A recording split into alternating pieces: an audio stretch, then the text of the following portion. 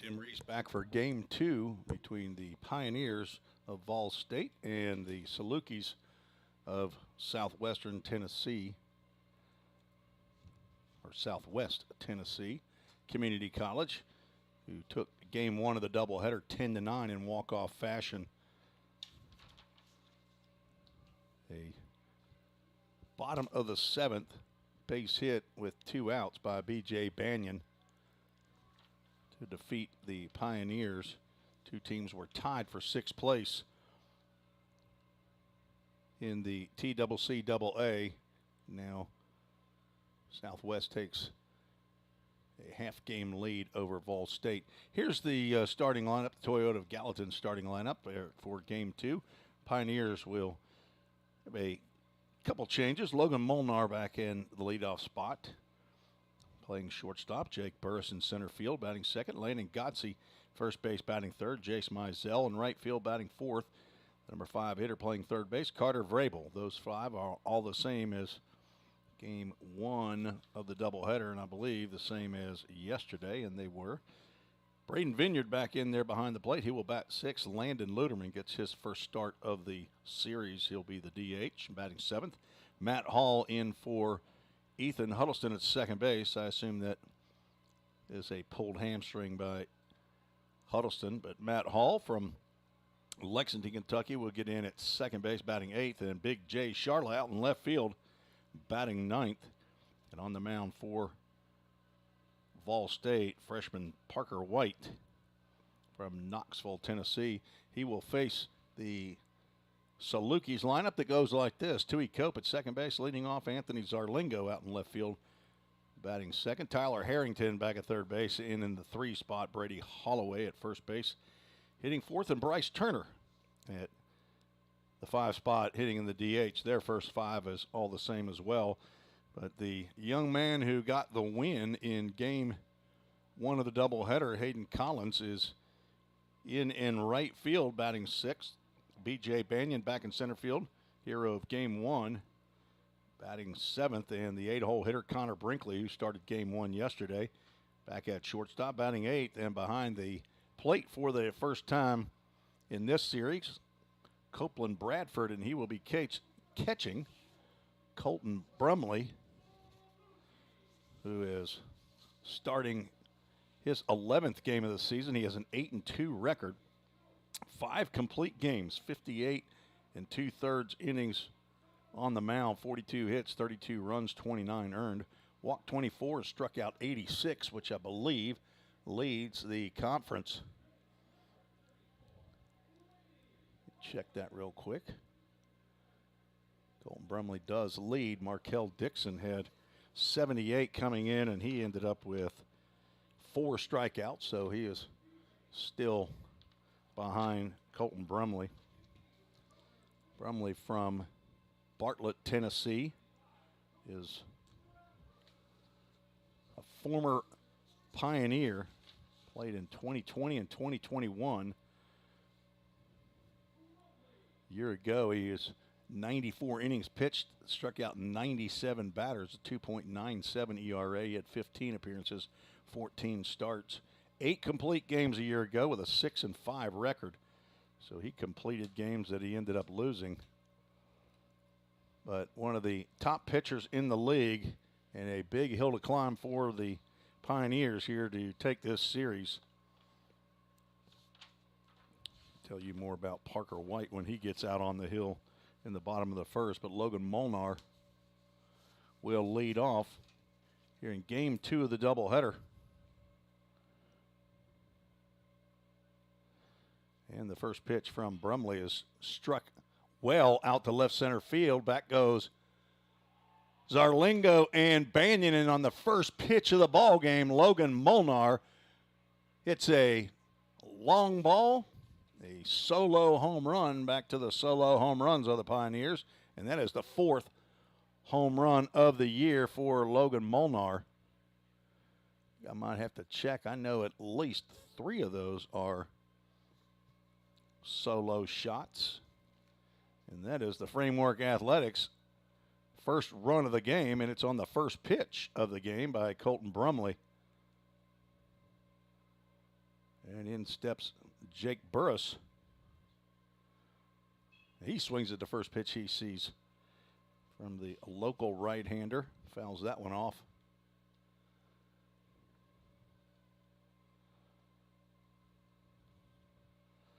Pioneers hit one home run. That was Ethan Huddleston's shot in game one of the doubleheader. 6 home runs in yesterday's game, all solo shots if you weren't with us. 1 ball, 1 strike. Sidearm from Brumley. He'll drop down from time to time. And he ahead in the count, 1 ball, 2 strikes. Logan Molnar starts the ball game off with a solo home run. Second of 3 games that the Pioneers have gone ahead. Pitch down low and just squeaks away from Copeland Bradford. It's behind the plate here for game 3 of the series. Brian Purcell, the home plate umpire. Reggie Nichols out on the bases for game 2 of the doubleheader today. Another foul ball straight back. These two were teammates back in 2021. Jake Burris in his first year. Colton Brumley, second year with the Pioneers under head coach Ryan Hunt. I remember meeting Colton Brumley when he was a true freshman. Back when I went to talk to Ryan Hunt. Breaking pitch fouled off the screen and out of play.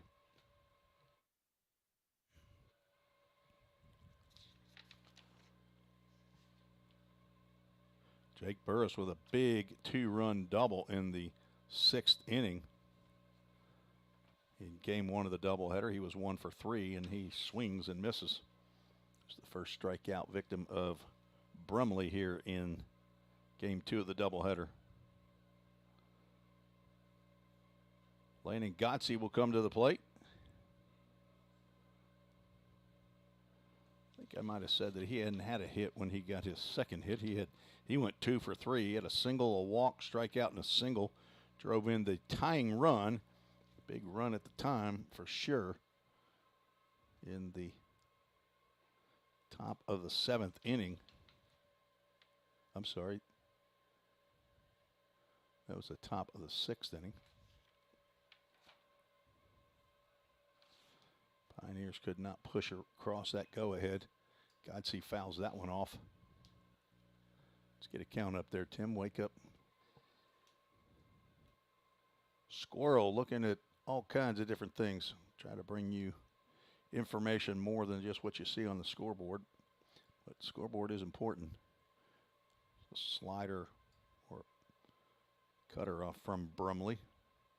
Something hard that had a little bend to it. Gets to the backstop. 1 out, 1 in the top of the first. Another foul ball off to the right. Just to the right of the grandstands. Got a couple Saluki players that are rummaging around the stands over to the right for foul balls. It goes 2-2. Sidearm delivery. Ground ball up the middle. Tui Cope dives. Gets a glove on it, but will not be able to make a throw. And there's Landon Godsey with another hit. Infield single for Godsey. That's 2 hits in the inning. And the first 3 batters. Jace Mizell steps to the plate. Right fielder for Vol State. He and Godsey used to be flip-flopped in the order at the beginning of the year. Then Coach McGuire moved Landon Godsey to the 3-hole and Mizell to the 4-hole, and that seems to have worked pretty nicely, although Landon Godsey and Jace Mizell have been hitting well all year long. Breaking pitch misses outside.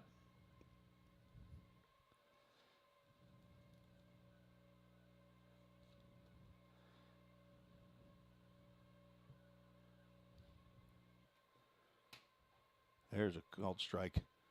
Nice pitch as Brumley rushed that one up there.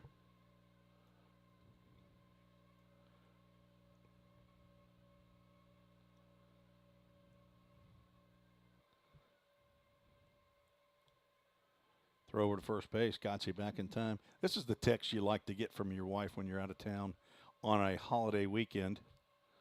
Main heater is blowing cold air. House is getting colder. I called the HVAC company, and they're closed for the Easter weekend.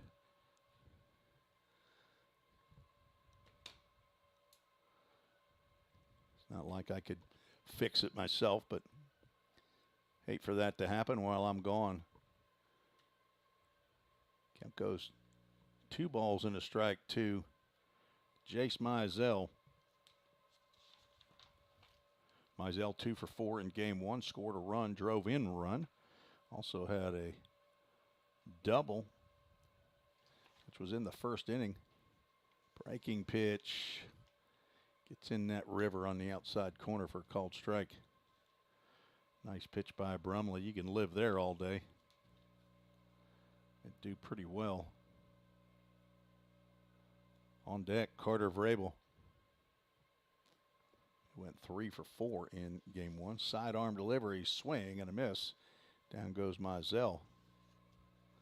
Especially on right-handed hitters is when Colton Brumley will drop down.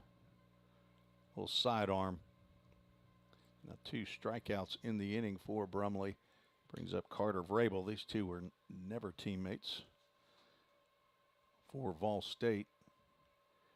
Vrabel came the year after Brumley transferred down to Southwest Tennessee. Brumley has committed to Southeastern University in Lakeland, Florida. First pitch to Vrabel, misses or catches the outside corner. Did a little research on Southeastern University. It's an NAIA school, and they won the World Series in the NAIA last year up in Idaho. High fastball outside the zone. Brumley not a big guy. Says he's 6 foot tall. Maybe stretching it a bit. 165 pounds is probably right. A 2019 grad in Bartlett. High pop-up. Maybe playable for Holloway. He's over next to the fence, and he'll make the catch in foul territory for out number 3. Leadoff solo home run by Logan Molnar puts the Pioneers up 1-0. We're heading to the bottom of the first. You're listening and watching the Vol State Sports Network on YouTube and Twitter.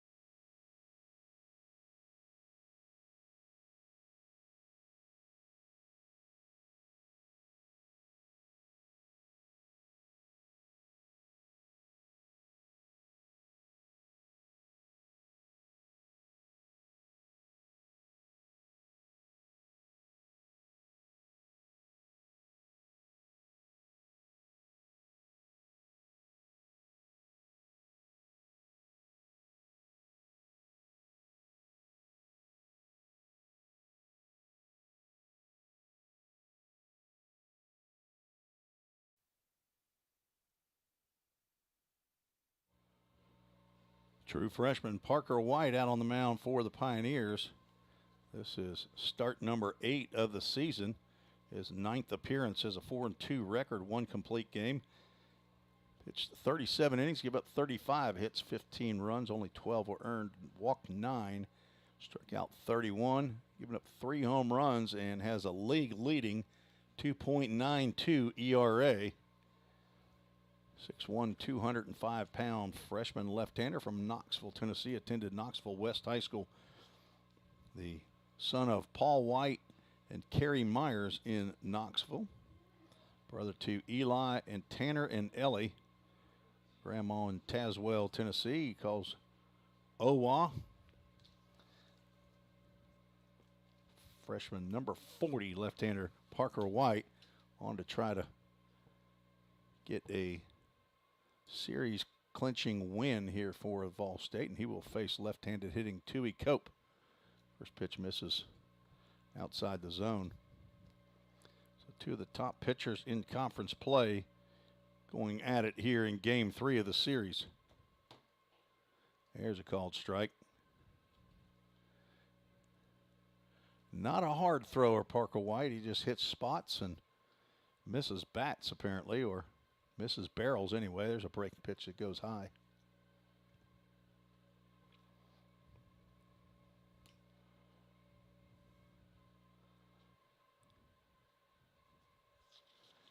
Tui Cope, second baseman, looking at a called strike.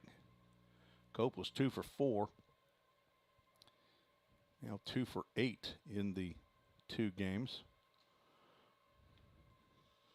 Been in that leadoff spot. Braden Vineyard tried to steal a strike 3 there, but we'll go to a full count. Ministries full count. 3 for 5 on full count. First pitch foul balls in game 1. Let's see if Tui swings at this pitch. He will not, and Braden Vineyard was halfway to throwing that ball down. They have no idea where that ball missed. A leadoff walk for Cope. Not what you want to do is to put the leading base stealer for the Salukis, and came in tied for second in the league with 25. Jalen Fithian of Jackson State leads with 28. So runner at first. Parker White delivers, called strike to the switch hitting Anthony Zarlingo. Zarlingo 1 for 3 in game 1. And 3 for 6 on the series. Cope stays put, pitch out. Nothing happening.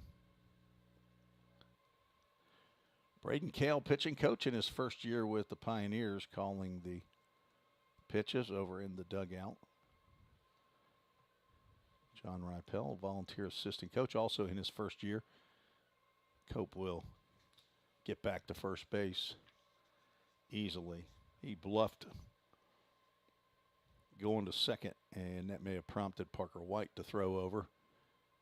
Doesn't appear as though Cope was actually planning on going anywhere, although he has a very aggressive stance over there at first base, and there's another throw over. Parker's got at least one pick off himself this year. He might have a couple. Game time temperatures, we started game 2, 60 degrees, feels like 59. Another throw over to first base. Nothing happening.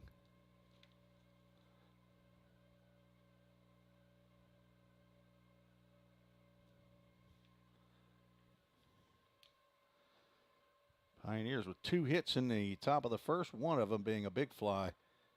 Cope was heading back to second base as Parker White was delivering that pitch that missed high to Zarlingo.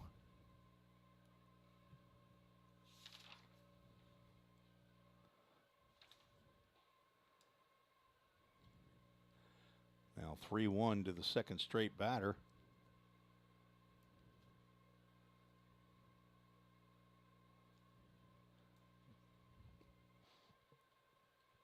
Harrington on deck. Throw over to first base.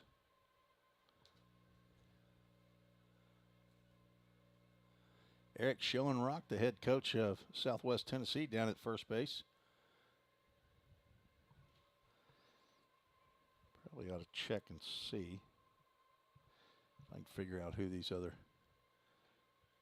coaches are as I look at them. Swing and a miss. We'll go to a full count mysteries, full count. Maybe Elliot Bush as the first base coach. He's an assistant baseball coach. Barry Hyatt, also an assistant, according to the website. Also Wade Weinberger Jr. Full count pitch after this throw over to first base. Brought to you by, we're going to have to have a throw over sponsor.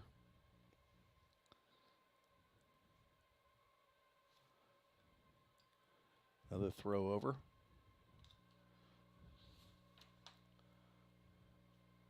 Wearing a path between the mound and the first base side of the mound is Parker White, although it's a synthetic surface here at USA Stadium in Millington, Tennessee. There's a pitch that misses down, and that's walk number 2.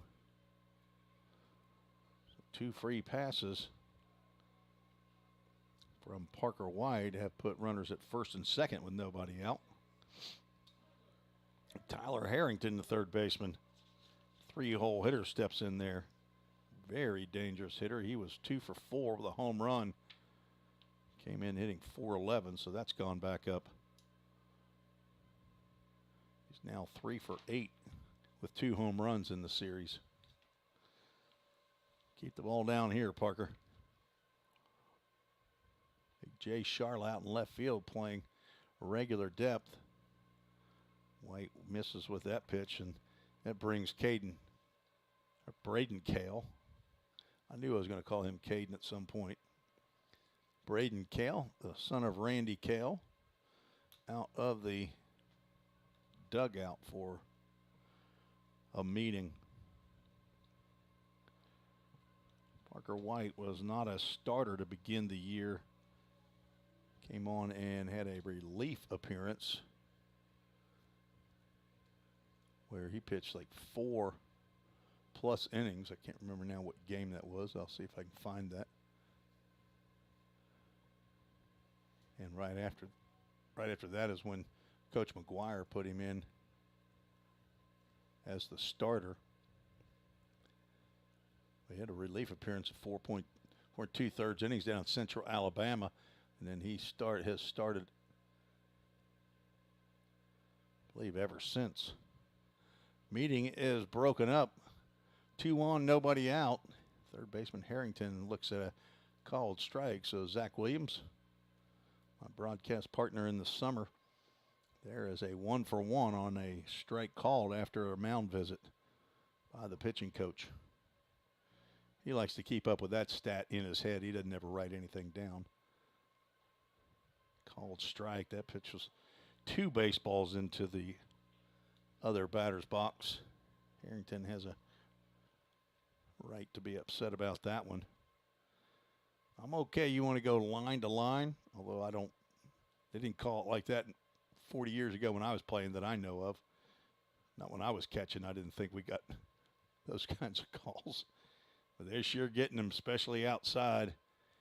In the 2 years I've been calling, runners go, pitch is called, a ball, and that ball's going to go into center field. Another throw into center field with nobody covering the base. This game's tied. Braden Vineyard's going to get charged with an error. But nobody covering that backside on the steal. And the count, I don't know why I cleared the count. The count, 2 balls and 2 strikes.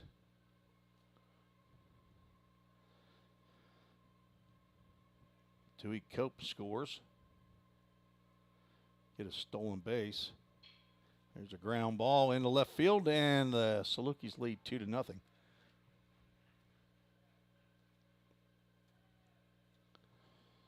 Not a good start here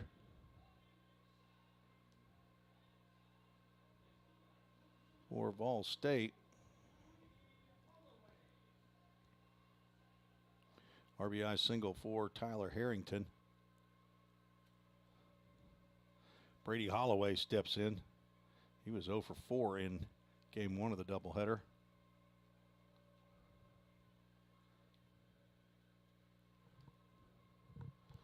Action already beginning in the Pioneers bullpen.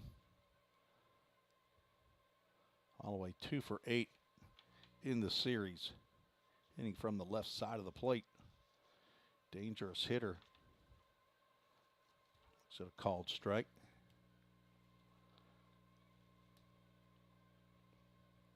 Holloway began today's action at 314. That's gone down a bit with an 0 for 4. Breaking pitch hammered. Foul down that right field line. That might go into the lake. It does. I see the splash of the ripple. That ball is fish meat. Nice pond or lake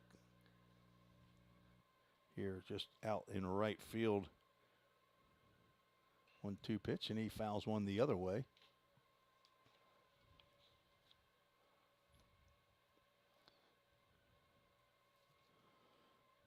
Holloway, third start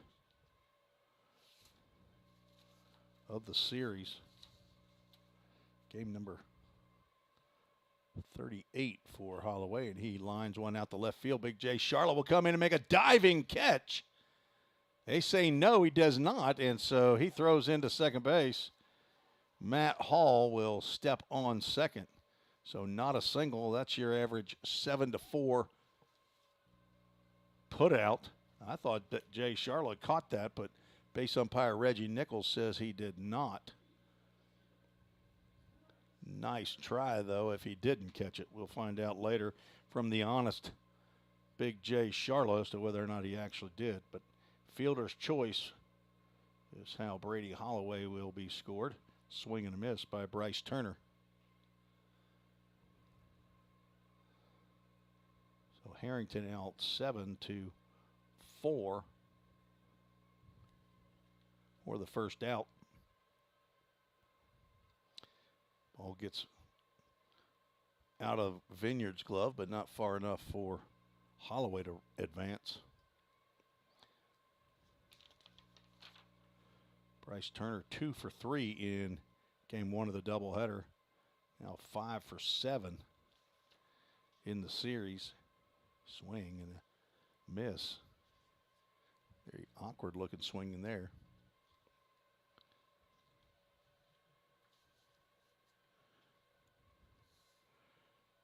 Turner, the nearly Cincinnatian. Pitch. Swung on a foul off to the right.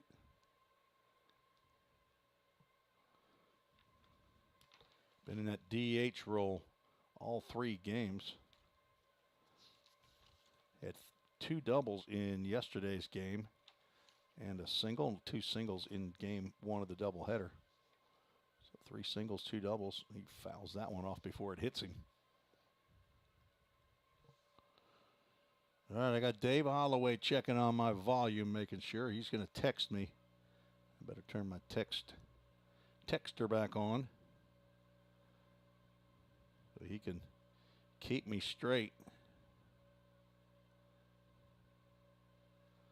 Thanks for those of you that check in on the show via email. Another foul ball out of play. Turner fouling off some baseballs. Sherry Burris checked in with a funny ha-ha. She likes the thought of a mute button.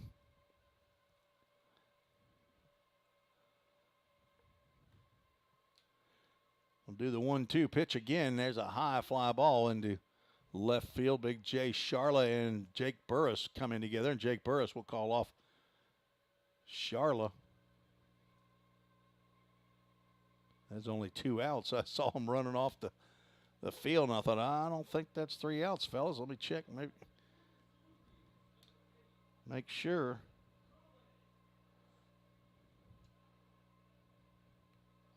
So 2 outs now. Holloway still at first base, and Hayden Collins gets his first at-bat of the series, hitting from the right side, hitting .381. He fouls one off to the right side. Yeah, these Salukis reserve players and pitchers are getting tired. Feel like they're on Easter egg hunts. I see one climbing the steps over here to the right on the bleachers. A 1 pitch called strike out there in that other batter's box. That one looked about chest high. Hayden Collins, a freshman, 6'3", 175-pound right-handed hitter. Came in relief, was the 3rd pitcher for Salukis pitched an inning and a third, give up 1 hit, struck out 2, and ends up getting the win on the walk-off single by B.J. Banyan in the bottom of the 7th inning. They win 10-9.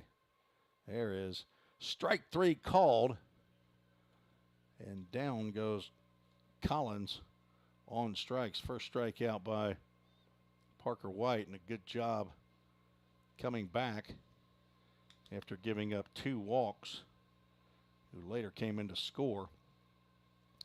There was only 1 hit and 1 runner left on base. A error that allowed at least 1 run in. We'll see if those are earned or not, but 2-1 Southwest Tennessee leads after 1. You're listening to the Vol State Sports Network.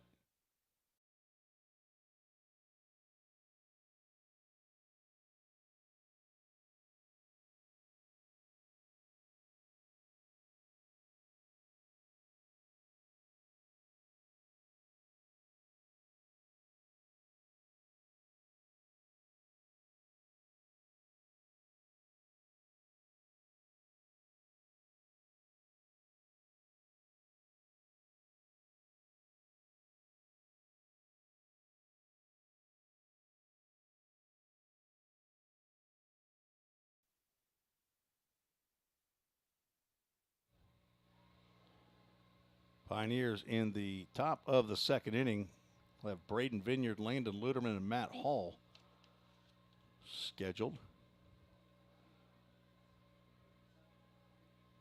Vineyard did not play in game 1 of the doubleheader, but did play yesterday. He was 0 for 3, a walk and a strikeout, facing Colton Brumley on the mound. There's that wide outside corner. Apparently for both teams.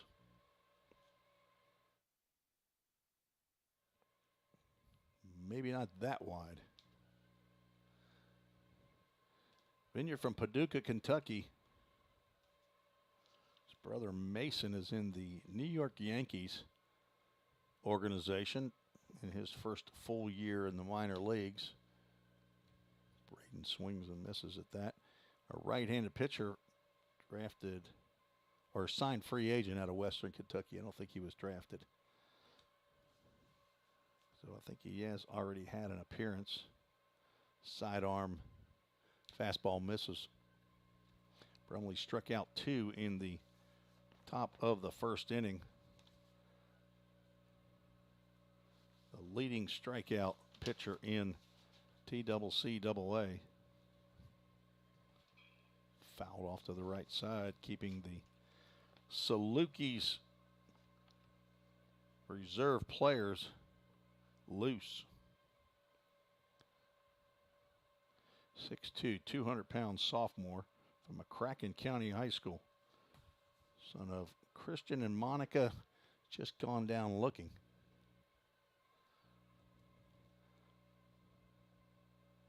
Just not going to be able to allow those pitches that are within about 6 balls of the outside corner go.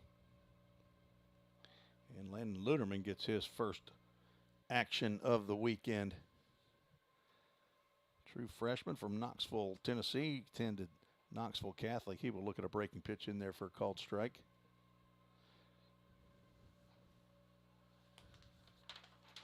Parents and siblings are here. Long drive as he fouls that one off. Now down in the count. 0-2. 5'10", 185-pound true freshman. General studies major. The son of Daniel and Shannon Luderman. So I said his family is here. Hudson and Easton, brother and sister. And he has just gone down looking as well. Not going to be able to look at that pitch. You got to swing. That's tough for somebody who hadn't been to the plate to see what the strike zone is looking like, or has the advantage that I have of being right behind home plate for every pitch thrown, and you can see where those pitches are called. Matt Hall in, and he will see a strike. This is a huge strike zone. Matt Hall from Lexington, Kentucky, sophomore in at second base. Son of Mark and Tracy, and he's now down in the count, no balls and 2 strikes. Not sure if that sidearm delivery is freezing these guys or not, but Matt Hall played in 30 games last year at second base. The left side of the infield was running off. That pitch, I will tell you, has been called a strike in this inning, but not on that pitch. 5'8", 165 pounds from Paul Lawrence Dunbar in Lexington, Kentucky. The little brother is Matt to his big sister Haley. Swing and a miss, and Brumley strikes out the side in order. Heading to the bottom of the second inning. Pioneers down 2-1. You're listening and watching the Ball State Sports Network.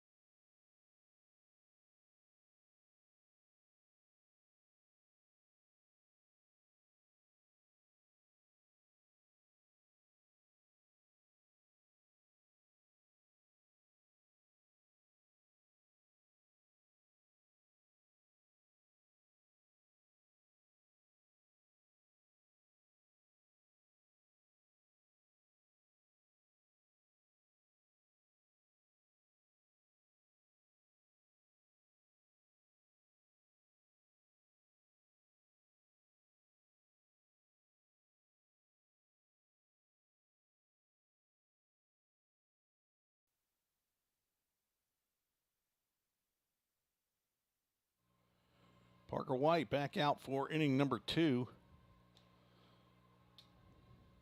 A little tough luck there in the bottom of the second. Those 2 runs were earned. He walked the first 2 batters. Tyler Harrington ended up driving in 1 run after 1 scored on an errant throw to second base, but on the stolen base, those runners would have been at second and third when Harrington hit his single. So those runs end up being earned. B.J. Banyan, the hero of game 1 of the doubleheader, steps in and swings the first pitch and misses. Got a RBI single in the right field. That scored Bryce Turner. That pitch hits Banyan, who makes 0 effort to get out of the way.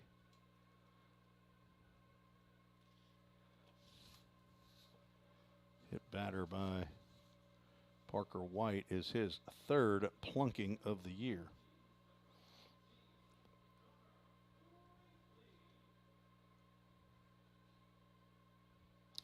Connor Brinkley steps to the plate. Started in game 1 yesterday. So another leadoff batter, freebie on base to lead off the second inning. This team hits too well to be giving them free passes. Came in hitting about .333. Long look at first base. There's a tapper.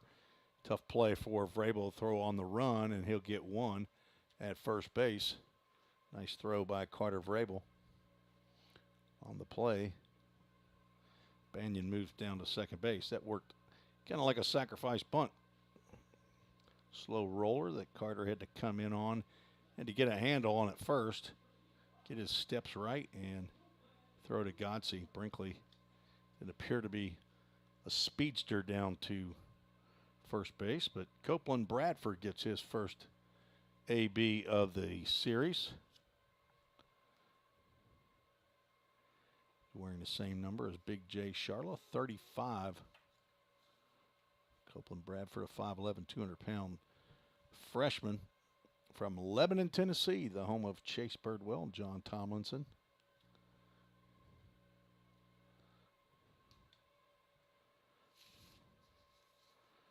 Parker White looking back to second base and delivers a pitch. in the left-handed batter's box for a called strike. Bradford, playing in game number 19, has a .304 batting average. 14 hits and 46 official at-bats, 4 doubles, 2 home runs, 14 RBIs.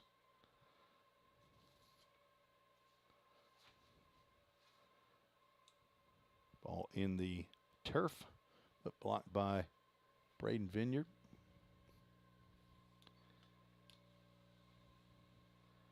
One out, runner at second base. There's one out. Let's put that out up on our scoreboard as well. I got to audit myself probably more regularly. Swing and a miss.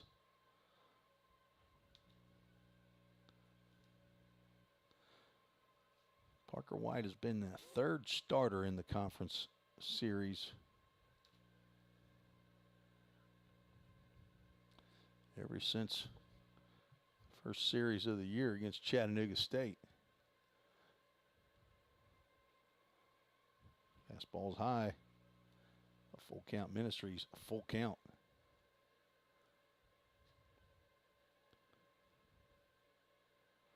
Had a win against Columbia State, which is his only conference win.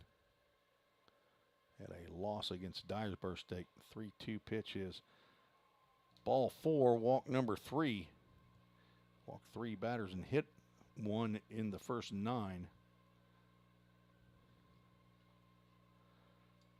And that will be the end of the day for young Parker White as head coach Jim McGuire out. It's 9 batters and looks like Tanner Bumbleow going to come into this game in relief. We'll tell you about Tanner when we return on the Vol State Sports Network.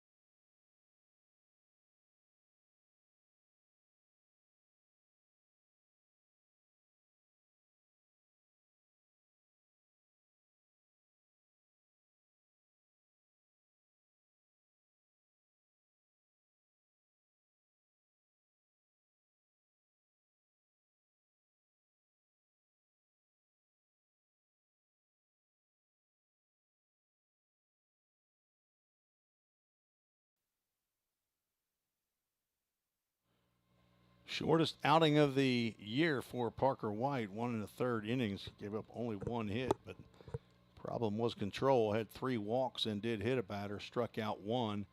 Giving up 2 runs so far, and the 2 runners on base are his responsibility. On in relief, the Summit Concrete call to the bullpen from head coach Jim McGuire. 6'1", 195-pound redshirt freshman Tanner Bumbleow from Nashville Overton High School. Transfer from Cleveland State. An exercise science major, the son of Darrell Bumbleow in Nashville and Ann Bumbleow in Smyrna, brother to Tori and Tyler. Tanner is on for his 2nd appearance of the year. He had a 2-inning start. I believe that was against Cumberland this past week. Got the win, 2 innings, 2 hits, and 3 strikeouts. He throws in the upper 80s, and he will come in with 2 on and 1 out and face the top of the order, Tui Cope, who walked and scored in the first inning. Pitching from the stretch, first pitch he delivers in there on the outside corner in that river area. I don't see the outside part of the plate to the left-handers as well as I see it for the right-handers. I'm just a little off to the right of directly behind home plate. He will square around a bunt, and that pitch will hit Tui Cope, which will load the bases. Second hit batter of the inning. Cope was squaring around a bunt. And that pitch came in on him.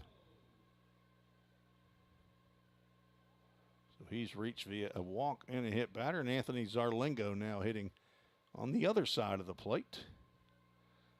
Switch hitting left fielder. Bases are loaded. Infield at double play depth.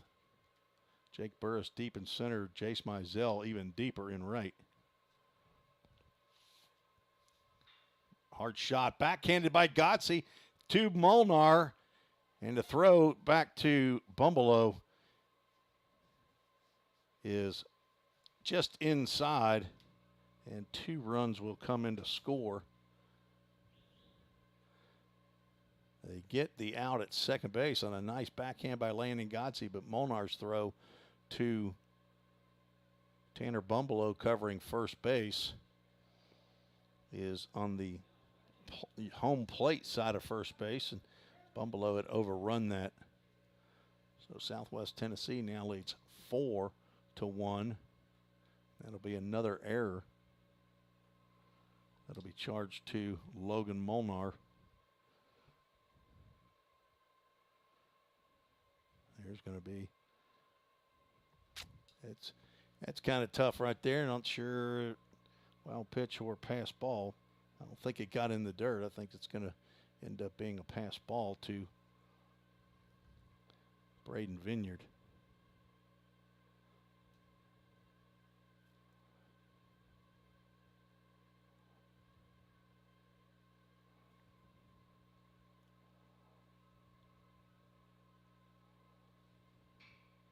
There's a ground ball. It gets into the hole in left field. Big J Charlo is going to come up, and he will throw to the cutoff man. They've got the runner at second base.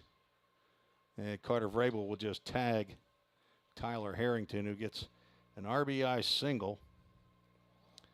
And then a 7-5 put out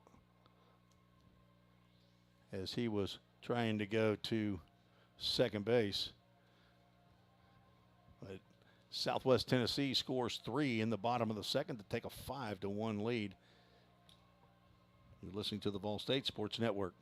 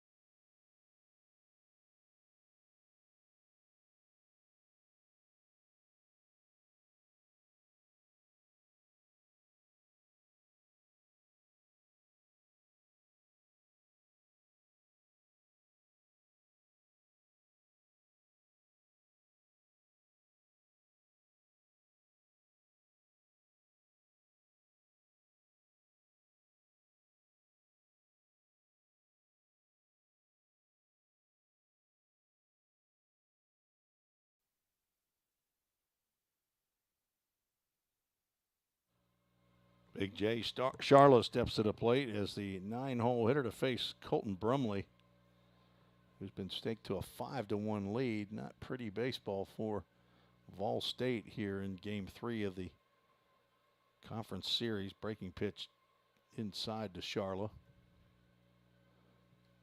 From Murfreesboro Riverdale High School, the son of Jake and DeLynn Charlo. Looks at a fastball that's outside. Father Jake is purportedly here. I haven't seen him, but I got enough to do without being able to see all of the fans that are here. 3 balls, no strikes, but I'm sure he is. DeLynn back home in Murfreesboro. Watching. 3-0 pitch in there for a called strike. 5'9", 160-pound sophomore. Little sister Rainey also listening in, watching. Gal now full to Big J Charlo. Charlo playing in game number 20 of the season. And they're the third left fielder for Ball State, hitting .277, and he will take a walk. First walk by Colton Brumley. Logan Molnar, who hit the first pitch he saw from Brumley out of the park into left center field or over the fence for his 4th home run of the year. Pioneers need a big rally here. This young man's going to be on the mound probably the whole game. Doesn't matter how many runs he gives up. Apparently has a very strong arm, and he has pitched a lot of innings. Throw over to first base, and that gets by.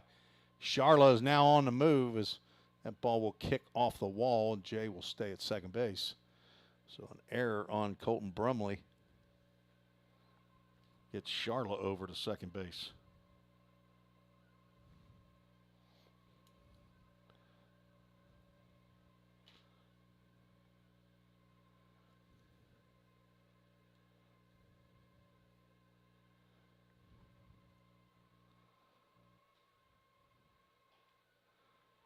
Going to be a strike called on that outside corner.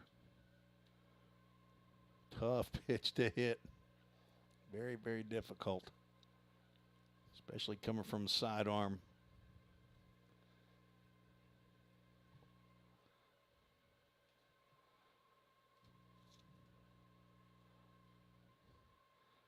Time called.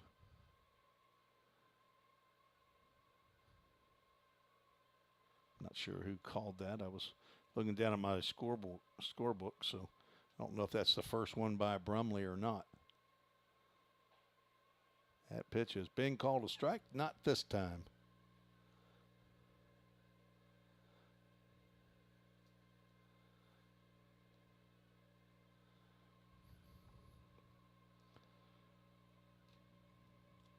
Molnar 2 home runs in the series.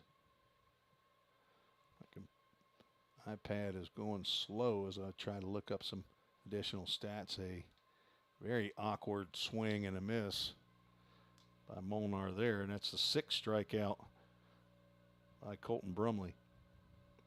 First out of the inning.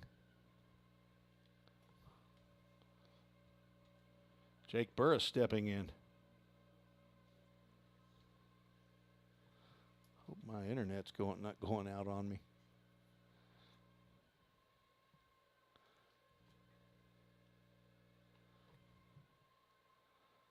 Pitch gets away from Bradford, but Jay Charla makes a wise decision to stay at second base.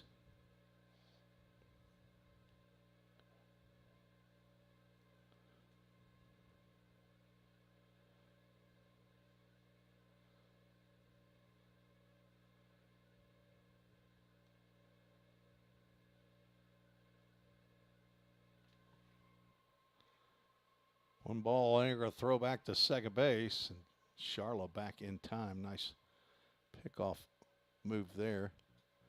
So you probably would have seen it better if I'd have stayed on that shot, but that's what the problem is. My iPad has gone to the USA Stadium. Strike call on the outside corner.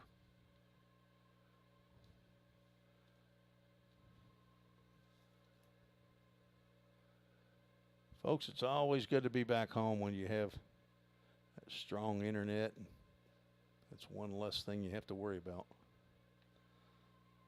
Colt Brumley steps off. We got maybe a question about what the count is.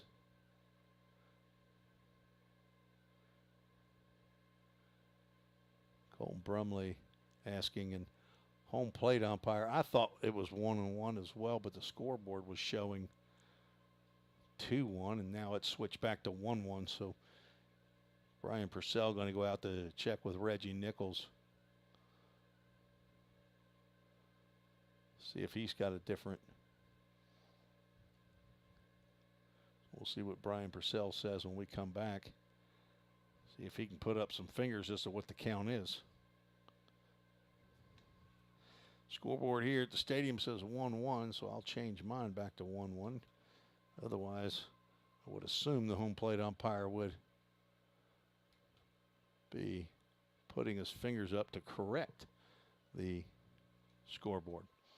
So we'll go with 1 ball, 1 strike, and that ball is popped up into shallow center field. B.J. Banyan is coming on. He's going to not make the catch. Jay Sharla had to hold up to see if he was going to catch it, and that is a surprise there. That ball was in the air a long time, but a single for Jake Burris puts runners now at first and third. We have a line to line. First and third, Landon Gotze steps to the plate. Exactly who you want up. He and Jace Mizell when you need runs driven in.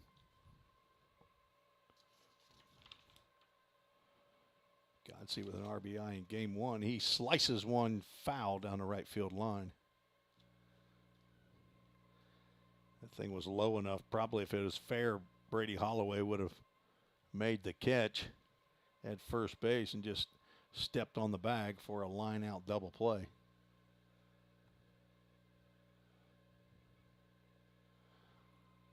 Brumley set, and there is a base hit into left field. Landon Gotze drives in the second run of the game just over the outstretched glove of Tyler Harrington at third base. Landon Gotze now 2 for 2. Jake Burris moves on down to second base.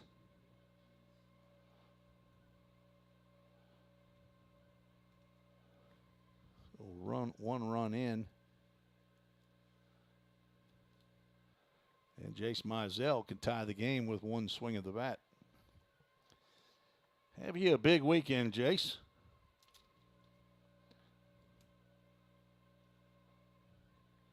Strike called.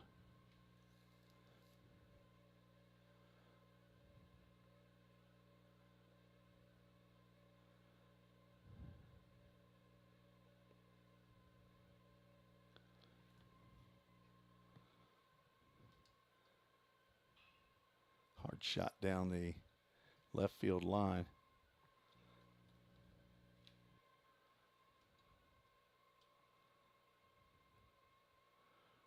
I have to check my scoreboard, my counting a little bit better. I thought there was only one pitch thrown to Jace. Maybe I'm losing my mind up here.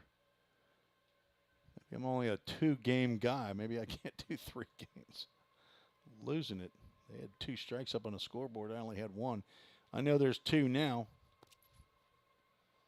0-2 pitch. Just missed outside. Got to be careful with that right there.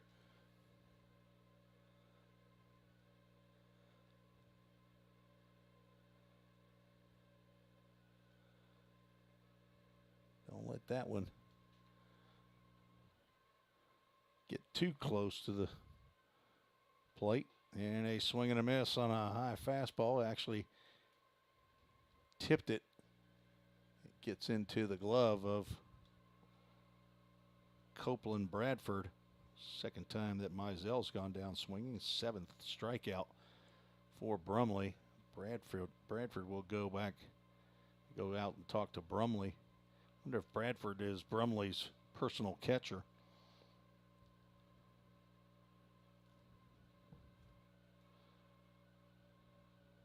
Six of the last 7 outs have been recorded via strikeout. Jay Sharla reached on a walk. A failed pickoff attempt moved him down to second base. Strikeout and then a single by Jake Burris put runners at first and third. Landon Gotze drove in Sharla. Now 2 runners on, 2 outs. Carter Vrabel to the plate. He will look at a called strike. That is over in that left-handed batter's box.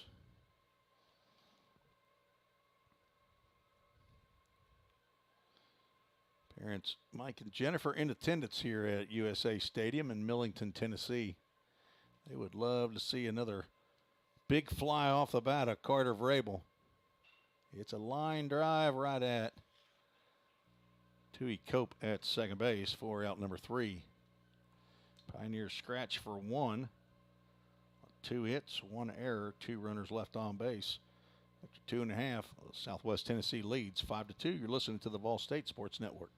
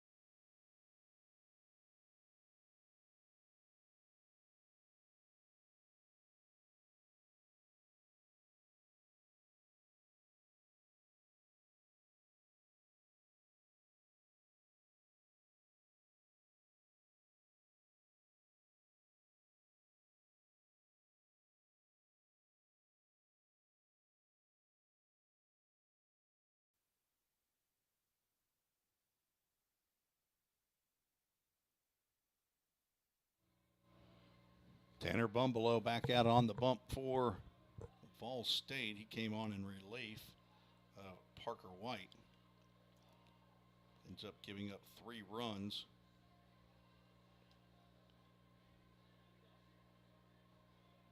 One hit, the 3 runs were earned. Walked 3 batters and struck out 1. He will face Brady Holloway, a leadoff, who swings at the first pitch, smokes one foul down the first base line. It caroms all the way out to Jace Mizell in right field. Holloway was on deck when Tyler Harrington hit a base hit into left field.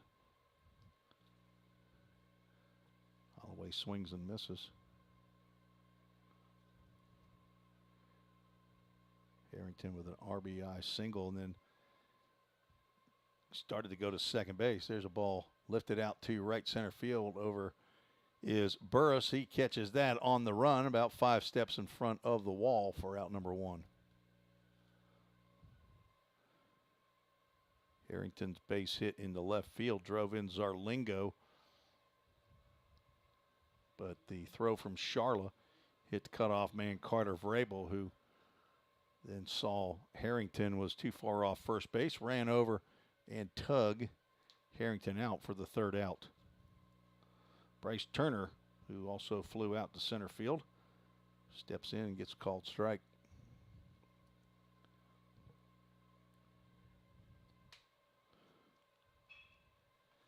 High chopper up the middle. Logan Molnar ranging to the left, throws on the run as he likes to do, and does very well.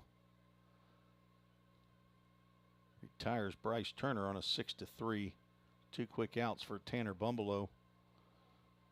Tanner came in, hit the first batter that he saw, Tui Cope, on the second pitch. Then Anthony Zarlingo hit a shot to Landon Gotze at first base.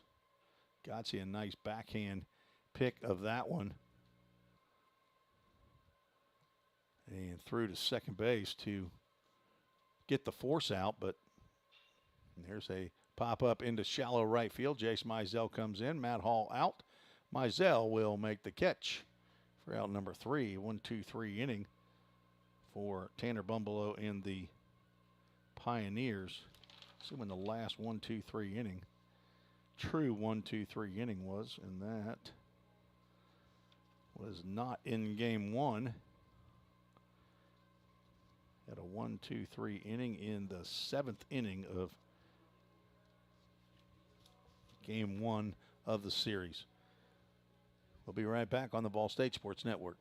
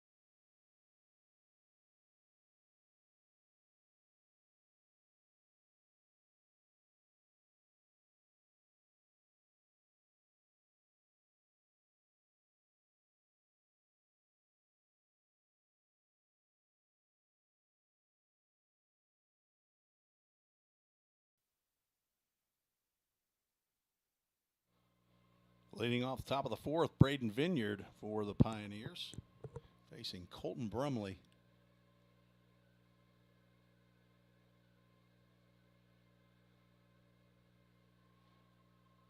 First pitch to Vineyard misses outside.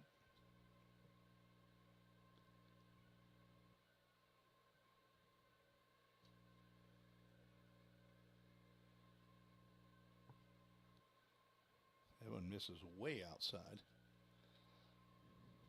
Bradford looked at that like, what happened there?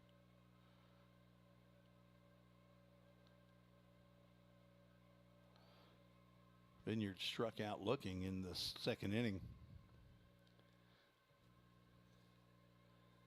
Pioneers need base runners. There's a tapper off of Vineyard's hand, and Brumley will get it.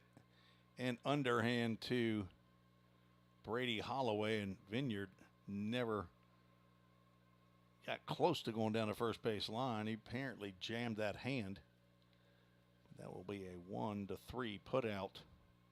Hopefully Braden Vineyard's okay. Ethan Huddleston already gone down with looked like an apparent hamstring injury in game one of the doubleheader. Landon Luderman back up. He also struck out looking, and he will take a hack, foul that one back.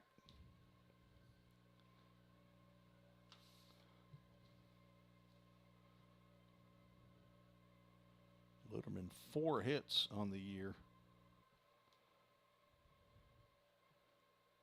28 official at-bats, and it's like every time he comes to the plate, he feels like he's down 0-2, and he is now. Pitches don't seem to be too close to the plate. He gets a base hit in the left field. Good job, Landon Luderman, staying there on the 0-2 pitch. Like it was a slider on that outside edge. Luderman gets his first hit in a while. With his parents and brother and sister in attendance. Matt Hall steps in. He struck out to end the second. 5th base hit for Vol State here in game 2 of the doubleheader. Matt Hall squares the bunt. Pulls the bat back, and the pitch is high.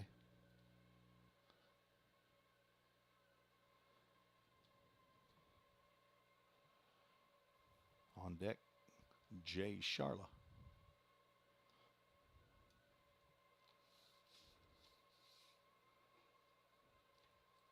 Low and away.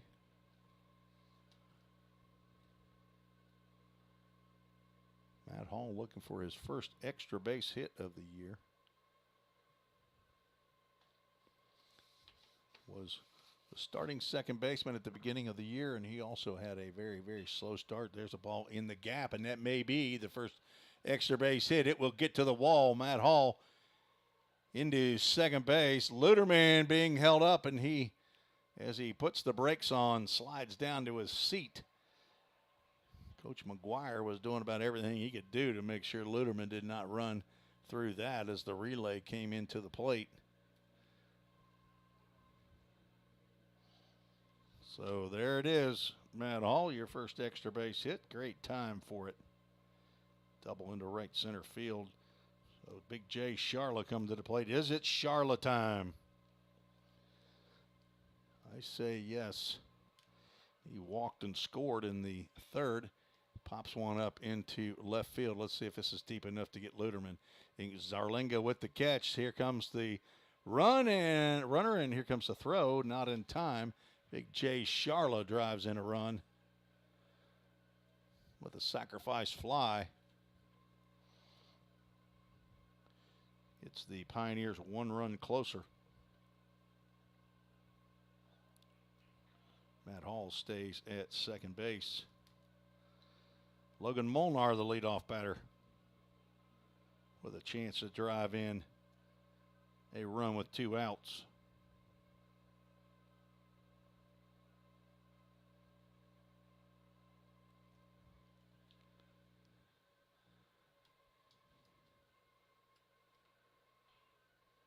Foul ball.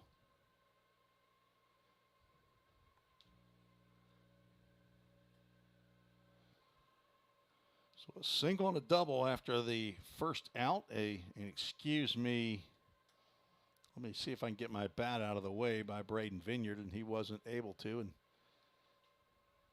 not sure if the ball hit his fingers that were holding the bat, but he acted like it did.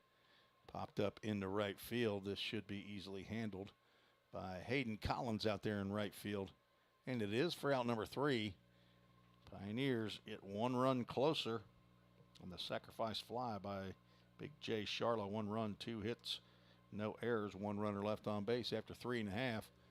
Southwest Tennessee leads the Pioneers 5-3. You're listening to the Vol State Sports Network.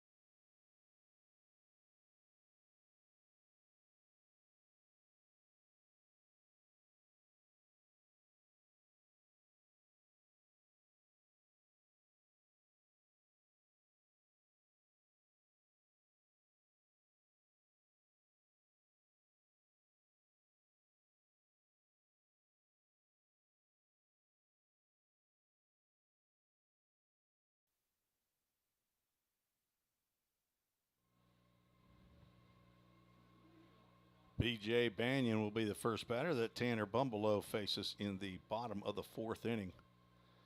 Second full inning for Tanner Bumbelow, the redshirt freshman from John T. Overton High School in Nashville, Tennessee.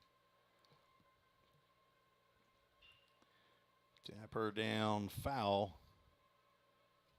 down the third baseline. Banyan hit by a pitch to lead off the 2nd inning and later scored on a fielder's choice by Anthony Zarlingo. A very nice play by Landon Godsey. Pitch 1 hops in for ball 1.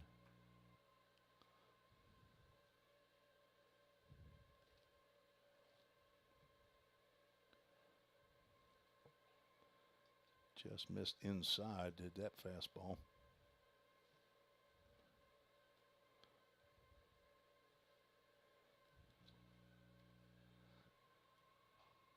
Two count as that fastball gets in on the outside corner.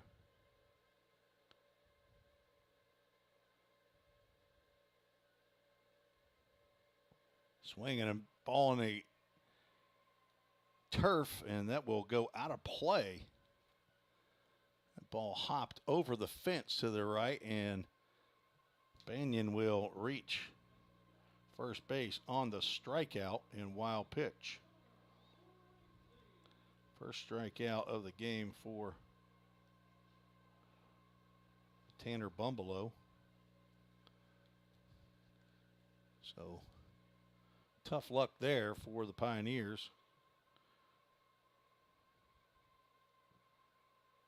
Connor Brinkley steps in there, the shortstop. He was grounded out to third base. Big swing and a miss. I was going to say, I think I saw him on the right side of the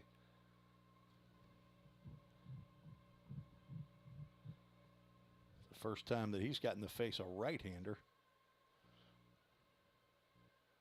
Throw over to first base, Banyan back in time. So Tanner Bumbleau gets a strikeout, but B.J. Banyan reaches on the wild pitch. Not a whole lot that Braden Vineyard could do. As see, Brinkley is squared to bunt. I don't know that the Pioneers believe it, but there he goes. That Banyan was going on the pitch, and the ball nearly, if Brinkley doesn't hit that, he doesn't bunt that, it's going to hit him in the inner left leg. Banyan will retreat back to first base, and Brinkley now has an 0-2 count. Shouldn't be bunting here.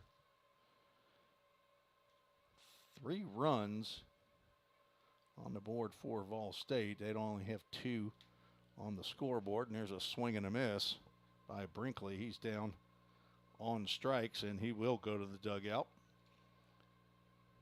for the first out. Have to, after this half inning, go and tell the scoreboard operator that Pioneers scored a run in the top of the 4th inning. Copeland Bradford, it's a mouthful right there, steps in. The number 9 hitter walked and scored in the 2nd. Another throw over to first base. Banyan back in head first.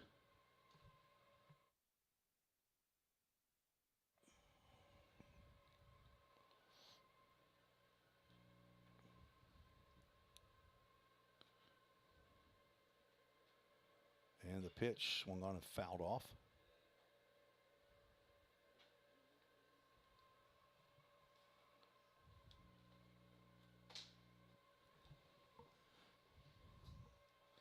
Might be somebody coming in to correct that scoreboard right now. As a matter of fact, somebody coming in the other side. 0-1. Did you get that scoreboard fixed? All right. Tell him he counts no balls and 1 strike too.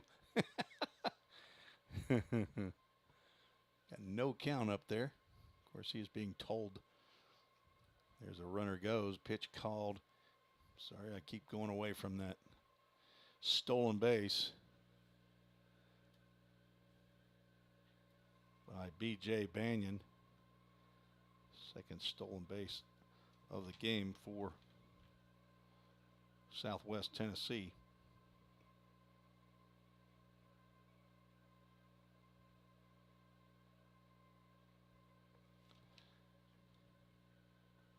One ball, 1 strike, 1 out, a runner at second base.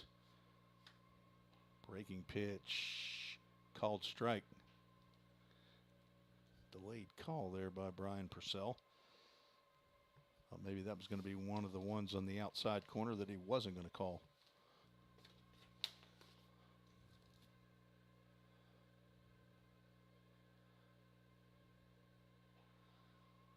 Just a little high with that fastball. 2 balls, 2 strikes. Bumbleau made his first appearance on the mound 4 days ago at Cumberland. With that start, 2 innings, gave up 2 hits in the first inning. There's a base hit up the middle. It should drive in a run. Burris up with it, but his throw will be too late to get Banyan.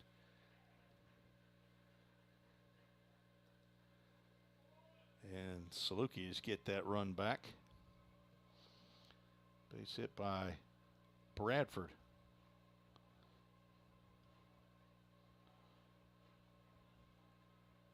earned run, although it doesn't seem like it, as Banyan reached on the wild pitch. Tui Cope steps to the plate. He's been on base both times he's been up here in game 2 with a walk and a hit batter. So officially he hadn't even been to the plate. There's a ground ball that will go to the Salukis dugout. Appears as though no players were harmed with that foul ball.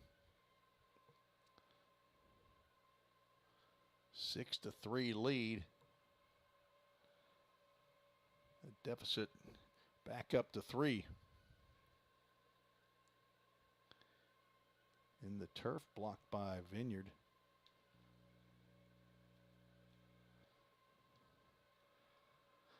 Bumbalo still trying to work out the kinks, as this is only his second appearance of the years. Looks like big 6'6" Caleb Pika, another Overton pitcher, warming up. There's a fair ball. Godsey steps on first base. It almost looked like the home plate umpire had raised his hands as though it was foul, and then he changed to putting the left hand out as though it's a fair ball. Godsey, I thought, stepped on the base to begin with, but Braden Vineyard tells him to go ahead and do it again. So a ground out 3 unassisted for out number 2. On the play, Bradford moves down to second base. Anthony Zarlingo steps to the plate. 2 outs and a runner at second. 1 run in. Breaking pitch fouled off to the left side. Zarlingo walked and scored in the first, reached on a fielder's choice after driving in a run with that ground ball hot shot to Landon Godsey. Made a nice play backhanding it. Tried to get the 3-6-1 double play, but throw from Logan Molnar was off the mark of the moving target that was Tanner Bumbalo. Made a tough double play to turn, but ball hit off of the Salukis dugout and another run scored on the errant throw. 1-1 pitch, swung on and driven out to left field. That'll get down in front of Jay Sharla. They're going to send the runner, and here comes the throw over the head of Carter Vrabel, but the run was going to score anyway. Another 2-out RBI for Southwest Tennessee.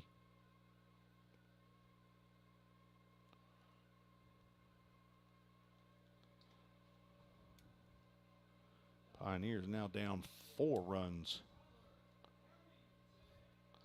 Tyler Harrington, who's 2 for 2.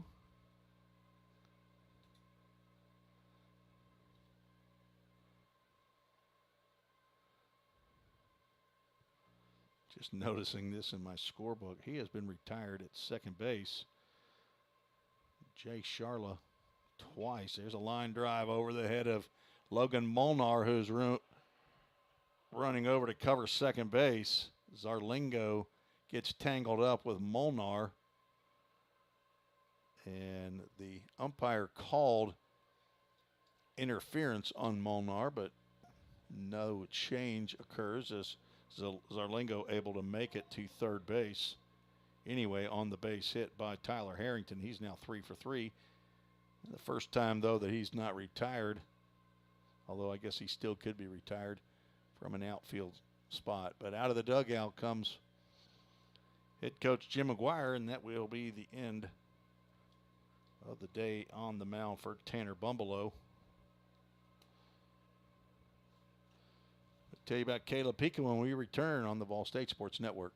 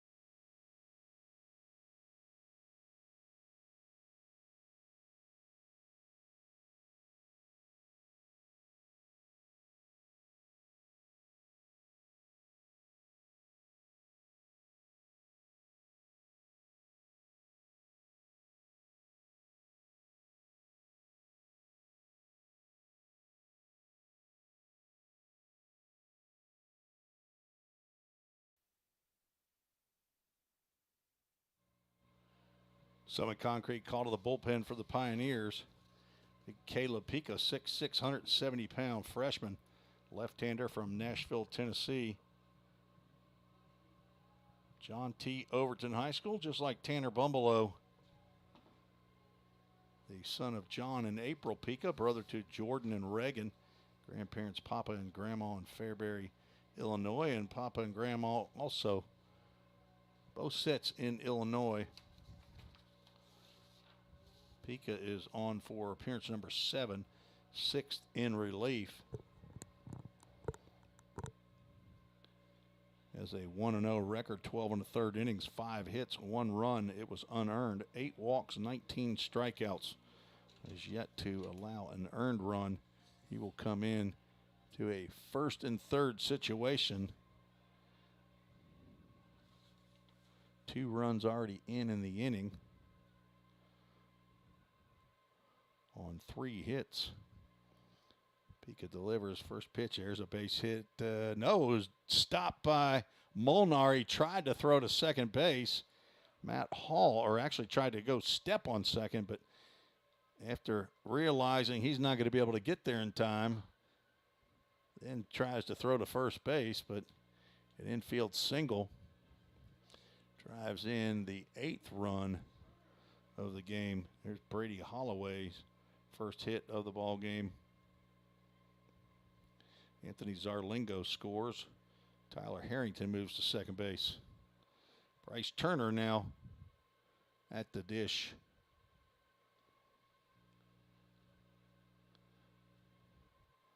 So Brady Holloway, lefty on lefty, swings at the first pitch he sees from Caleb Pica. That run charged to Tanner Bumbelow. He's also responsible for the runner at second base, and that's going to be a 3-run bomb off the bat of Bryce Turner. That was a no-doubter. And Southwest Tennessee has put a stranglehold on this ball game. Not a pleasant greeting. Bryce Turner hits his 3rd home run of the year. A 3-run shot with 2 outs.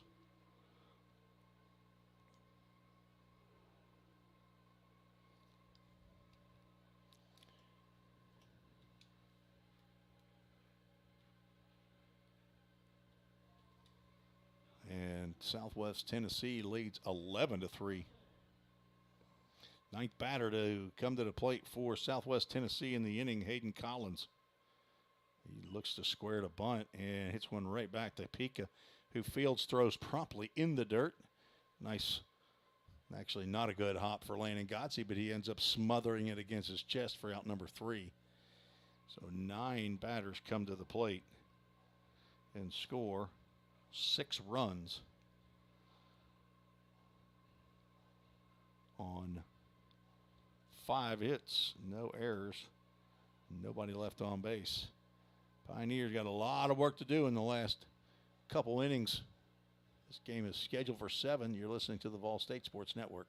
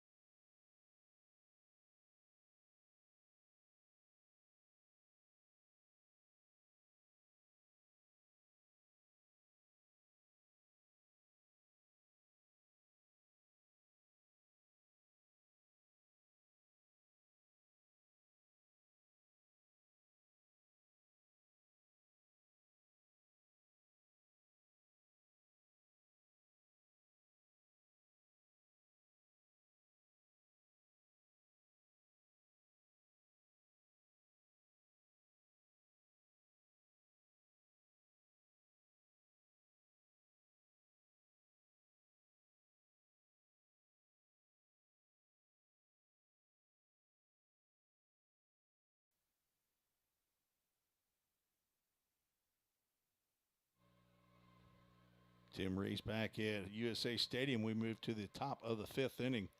Colton Brumley staked to a big lead here, 8-run advantage. First pitch to Jake Burris. This is outside. There's a breaking pitch that stays inside.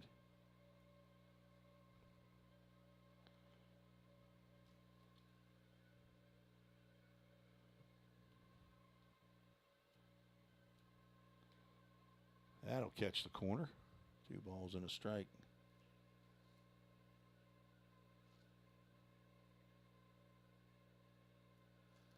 Long inning for Brumley to sit down. He throws that one way wide of the mark.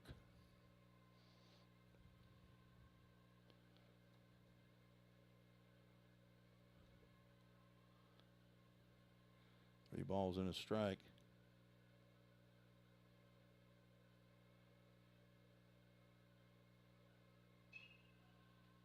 Go to a full count. Ministries full count. Still have not had, unless I forgot to write one down, a full count first pitch foul ball.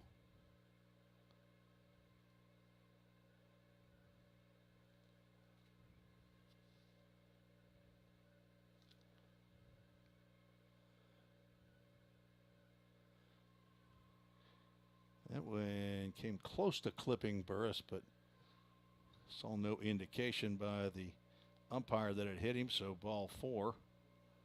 That is walk number 2 by Colton Brumley.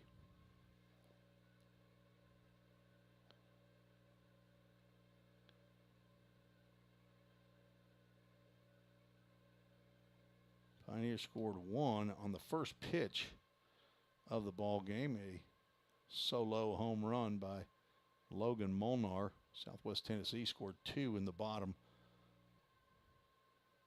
of the first inning and have had the lead ever since. End up with 3 in the bottom of the second to take a 5-1 lead. Pioneers got 1 in the third and 1 in the fourth to claw back to 5-3, but a 6-run bottom of the fourth inning for Southwest. There's Landon Godsey. Fouls that one off to the right side. 1 ball, 2 strikes.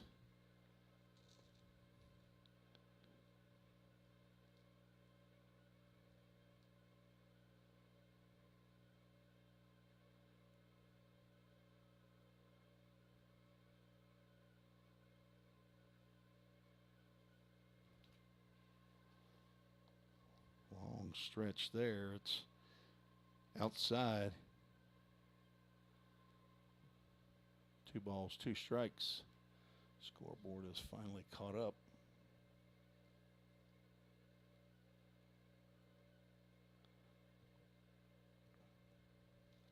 Throw over to first base. Back in time is Jake Burris.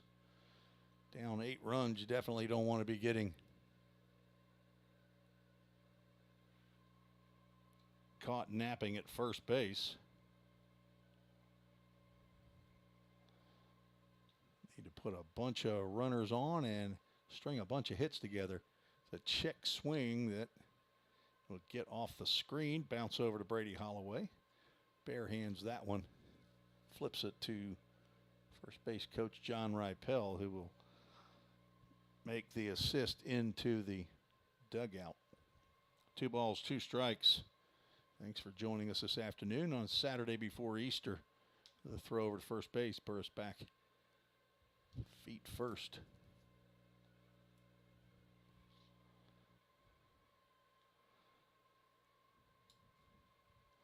Godsey 2 for 2 and the RBI. Is yet to get off of first base afterwards, though. Another foul ball. Let's see if that makes the stands. It does. An easy find for a Saluki.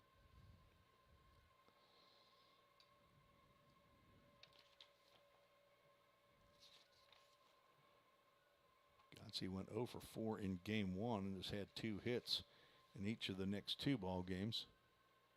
Starts to go and does not. They'll check with Reggie Nichols out on the bases, and he says no, he did not, so we'll go to a full count. Ministries full count.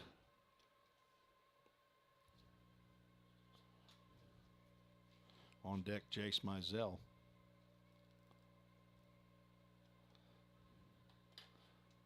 with Danny and Brenda Mizell in attendance. There's a swing and a foul tip. Our first full count, first pitch foul ball. Just got a piece of that one.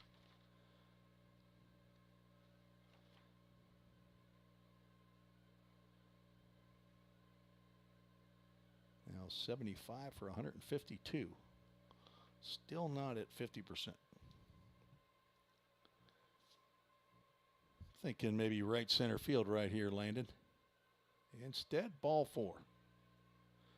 Brumley seems to be disgusted with that call. Thought he got apparently close enough to the plate for home plate umpire Brian Purcell to get a call right there, but it is walk number 3 in 2 in a row, and that brings Jace Mizell to the plate, who struck out twice off of Brumley. Some pitchers you just don't see real well, and Brumley is very deceptive from that right side, dropping down, breaking pitch, waved at the outside corner for a called strike. Brumley in his last 2 appearances, Walters State 2 weeks ago and Columbia State a week ago, gave up 9 and 10 runs in the ball game. Swing and a miss. Mizell now down in the count, 0-2.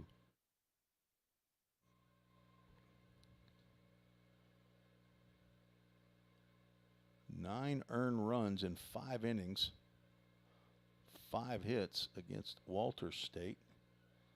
It was a 9-5 loss, and Chase Mizell goes down swinging for the 3rd time.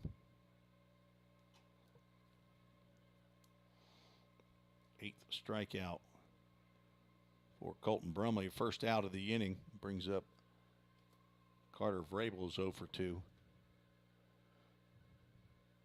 Against Columbia State, Brumley went 6 innings, gave up 7 hits, 10 runs, 8 were earned, walked 5, struck out 12 batters. They got the win 13-10, and the Pioneers are going to need some kind of game like that. Is already an 11-3 game, so they're going to need 9 more runs. They're going to win this one. And they have potentially 3 innings as it stands right now, scheduled for 7 innings. But there is a 10-run rule after 5, so Pioneers need to get on the board here, or Southwest Tennessee would have a chance as that ball's dribbled to first base. Vrabel doesn't run out of the box. Wouldn't have mattered. Brumley ends up coming in. That's basically a swinging bunt. Both runners move up. But now 2 outs. So that's 2 ground balls back to the pitcher that the batter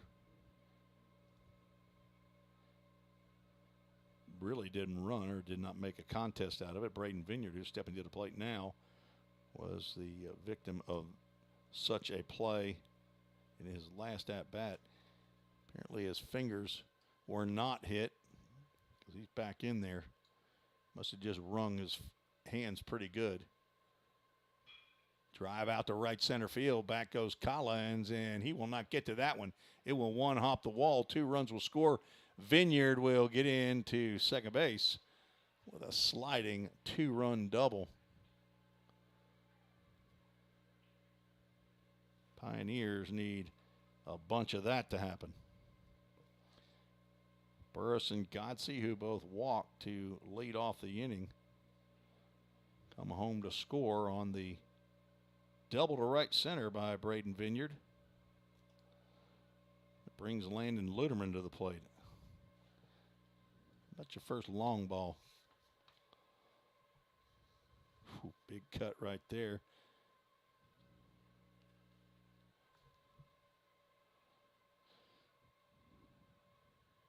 It's a strong young man right here. He's gotten a good bit thicker. I was talking to his dad before the game, and he said, I saw him in shorts the other day and couldn't believe how big his thighs have gotten. Able to hold off on that pitch that's down.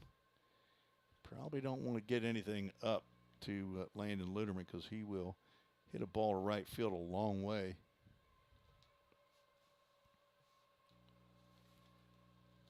Pioneers come back with 2 so far here in the top of the 5th inning. Luderman looks at a strike called on the outside corner. Now down in the count, 0-2. 5'10", 185-pound. Play third base, can catch in the DH role here in Game 3 of the series. Take a tremendous effort for the Pioneers to crawl back in this one. There's a line drive out to right fielder Hayden Collins. Not enough lift to that one. He makes the catch for out number 3. Pioneers do scratch for 2 on 1 hit. Big hit by Braden Vineyard. 2-out double drives in 2 runs. Pioneers now down 11-5. Need to put up some zeros on the board. Caleb Pika back out on the mound for the Pioneers. You're listening and watching the Vol State Sports Network.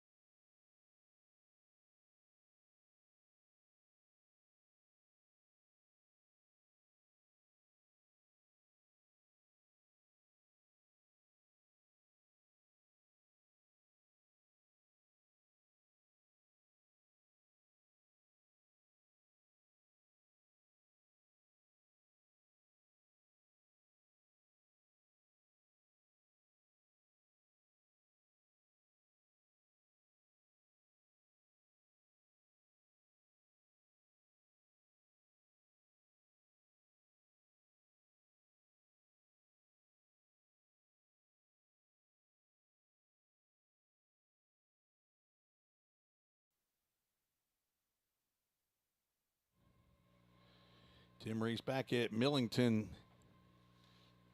Tennessee, USA Stadium, just outside of Memphis, Tennessee. We're in Game 3 of a 3-game conference series between Vol State and Southwest Tennessee. The rubber game of the series. B.J. Banyan steps in to face big Caleb Pika, freshman. First pitch swinging is Banyan. He fouls that one off. Banyan led off the 6-run 4th inning for Southwest Tennessee. Was struck out, and the pitch was in the dirt. Made a carom off of Braden Vineyard, and instead of hitting off the screen that is behind and to the right and left of home plate, it tucked in over the fence and just to the right of the screen and out of play. So Banyan reached first base on the wild pitch that went out of play. He scored the first of 6 runs. It gave Southwest Tennessee a big lead. Put them up 11-3. Pioneers scored 2 in the top of the 5th to get within touchdown distance away. 2 line drives off to the right. That will get into the lake. See a duck over there. No ducks harmed with that foul ball. An MGM Industries foul ball. No chance a ball comes off the bat or a pitched ball gets this high up in the press box. Plenty of screening. 2-2 pitch. That is tap foul. Carter Vrabel will play a little soccer or hacky sack. He kicks that ball. Keep it from going to the fence. Banyan hit by a pitch and reached on the strikeout. Scored both times.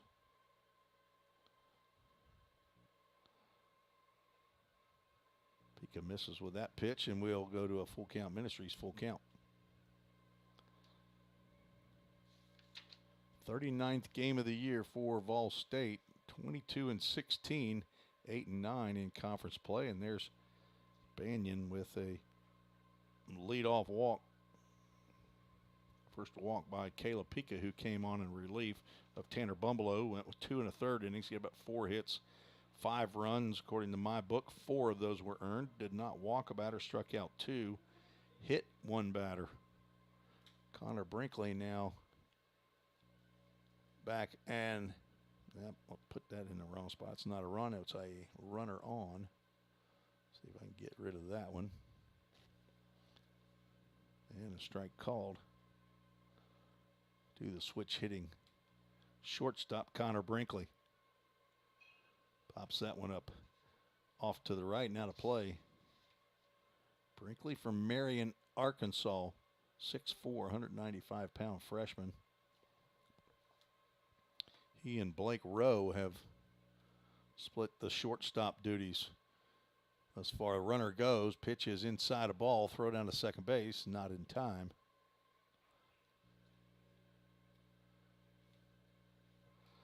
Stolen base, second stolen base by Banyan.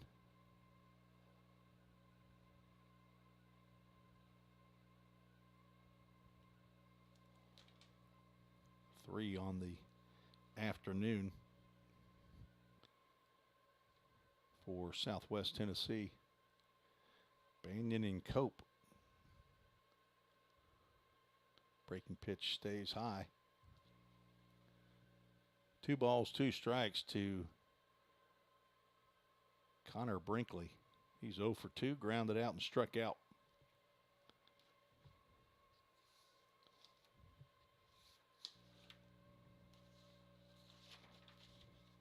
Two looks back at second base, and that pitch will hit Brinkley on the legs. That's the second.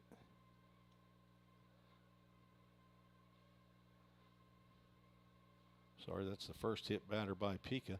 So each of the 3 pitchers for Vol State have hit a batter. And Jim McGuire will come out and check on Braden Vineyard. Looks like maybe he took one as it hit off of Brinkley. Get a little closer look as a trainer for Southwest Tennessee comes out to check on Pioneers catcher as well. Coach McGuire will ask Kayla Pika to throw a few pitches to Braden.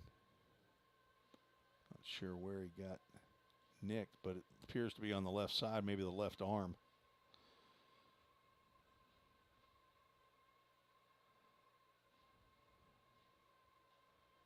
And they've indicated that he can continue on.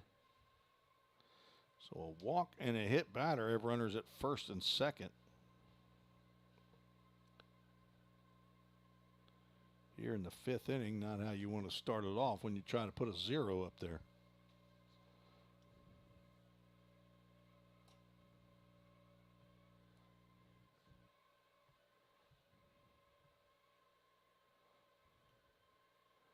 Several looks. Banyan goes. Vineyard won't throw down to second base this time. He learned his lesson. Nobody's covering the base down there. No reason to throw it. A double steal. And runners now at second and third. A strike called.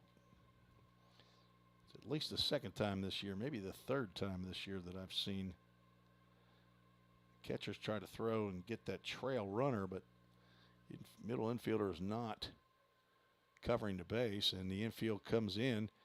Banyan, for some reason, stays glued to the spot on that wild pitch. Pioneers lucky there. The pitch went down in the turf. Copeland Bradford, I'm not sure if he was signaling to Banyan or not, but that pitch got way away from Braden Vineyard, and apparently Banyan couldn't see it. Nobody out. Runners at second and third. Infield's in. Pitch goes high.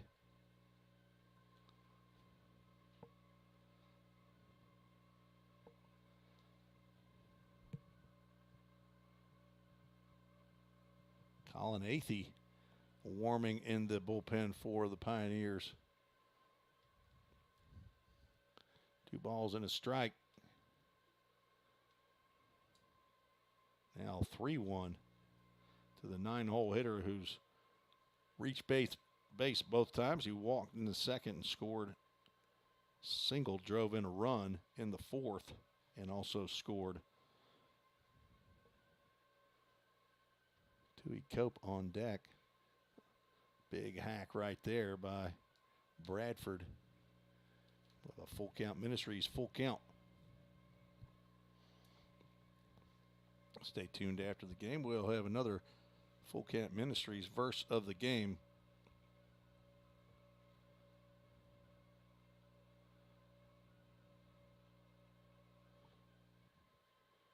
Pika delivers just high.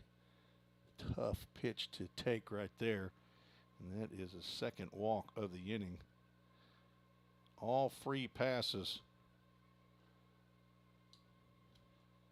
I got to believe Jim McGuire is going to be coming out of that dugout. And there he comes. Looks like Colin Athey will be the new pitcher for the Pioneers. He'll come into a bases loaded, nobody out situation and have to pull a Birdwell. Tell you about that when we return on the Vol State Sports Network.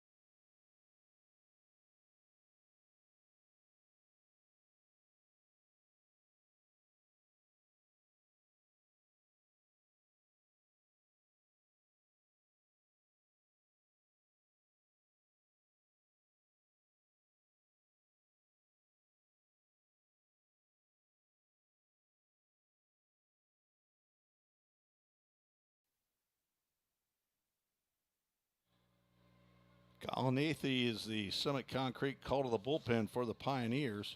On for his 4th appearance of the year. 6'1", 200-pound true freshman from Centerville, Maryland, Queen Anne's County, son of Joe and Maureen Athey. They were down this past Tuesday, I believe. See him pitch 2 innings against Cumberland University JV 5 days ago. Pitched 2 clean innings. And he has 4 innings in 3 appearances. He is on in relief of Caleb Pika, who has walked 2 batters and hit a batter here in the 5th inning. Pika, who came on in relief of Tanner Bumbelow, pitched 1/3 of an inning, giving up 2 hits. One was a home run. Walked 2 batters, hit 1 batter. Did not strike out a batter. Has given up 2 runs so far, and the 3 runners that are on base now are his responsibility. Twice early in the year, Chase Birdwell came into this exact same situation. Bases loaded, nobody out. Was able to wiggle off the hook both times. They retire 3 batters without allowing a run, and Pioneers are pulling for Colin Athey, true freshman, to do the same thing here to keep Pioneers somewhat in this game at 11-5, but he will face the top 3 in the order: Tui Cope, Anthony Zarlingo, and Tyler Harrington, unless there's a double play or a triple play. Don't rule out anything. First pitch from Athey misses outside to Cope.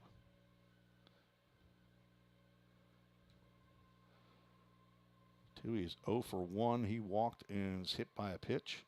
Grounded out to Godsey at first base. That ball is lifted into the bullpen over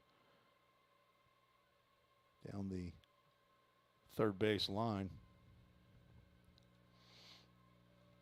So Athey's looking for a strikeout or a pop out into the infield or a line out right to an infielder. I don't think he really wants a line out to him, but one right to Logan Molnar, who can.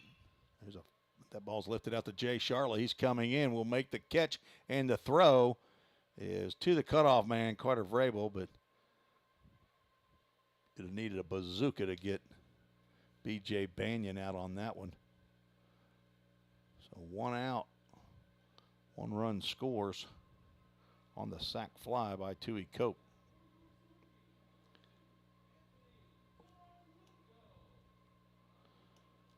Brinkley and Bradford stay put. Banyan scores his third run. Now Anthony Zarlingo, who scored 3 runs himself, steps into the batter's box. He's 1 for 2, 2 RBIs. Be tough to double up Zarlingo. Pitch in there for a called strike from Colin Athey.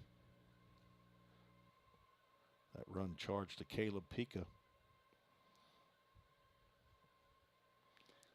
3 runs so far. 2 looks back at second base. Athey delivers pitch down low. Parker White started, went 1 1/3, give up 1 hit, 4 runs. They were earned, 3 walks and a strikeout. He hit a batter. Tanner Bumbleau also hit a batter in his 2 1/3. He got 4 hits, 5 runs, 4 earned. No walks, 2 strikeouts. Caleb Pica, 1/3 of an inning, got 1 out. Called strike. Zarlingo has a blank look on his face. Count now 1-2.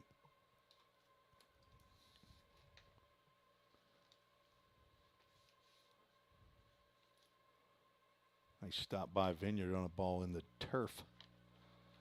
Artificial surface. Zarlingo has not struck out in this series. Came in with 21 strikeouts on the season. 31 walks now with 33 walks, and he'll pop one up. That will be in the infield. Matt Hall will catch that one and get it back in the infield. And Colin Athey is 1 out away from limiting the damage.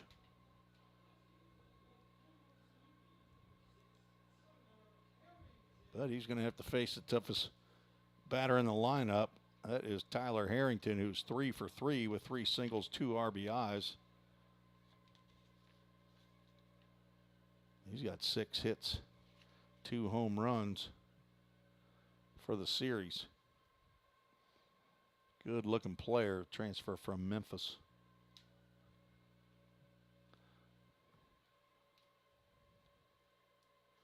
Where he only got in 9 games a year ago, had 1 hit in 11 at-bats. That was a double, hit .091. He hitting a lot better than that. That pitch must have been down.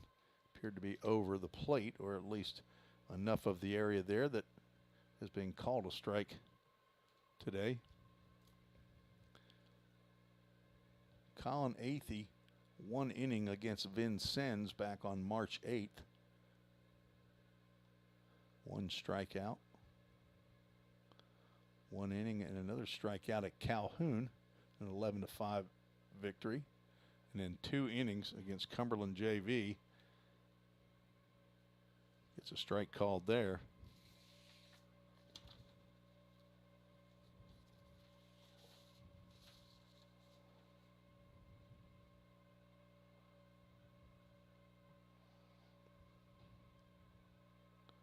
Just missed somewhere. Count 3 balls and a strike. At this point, not giving up a walk and get up a hit. His collegiate career. And not trying to jinx him here, but 3-1 count to Tyler Harrington. And there's his first walk. Maybe not an awful walk. If he can get Brady Holloway, is the third walk in the inning. Brady Holloway steps to the plate with the bases loaded and 2 outs. Not been a hit in the inning, but 4 base runners. 3 via walk, 1 via the bruise.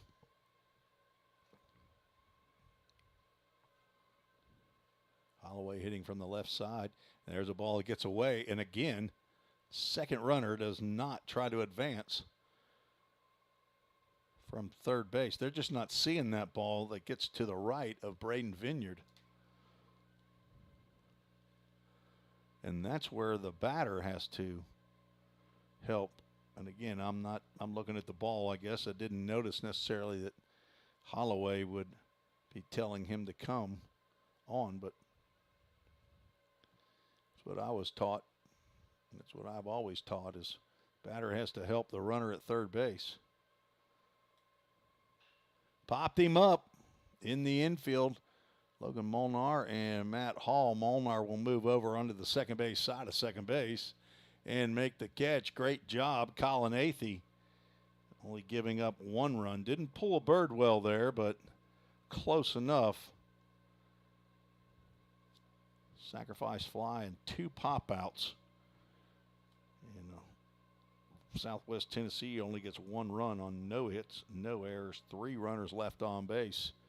We're through 5, scheduled for 7. Southwest Tennessee has a touchdown lead and extra point over Vol State. You're listening to the Vol State Sports Network.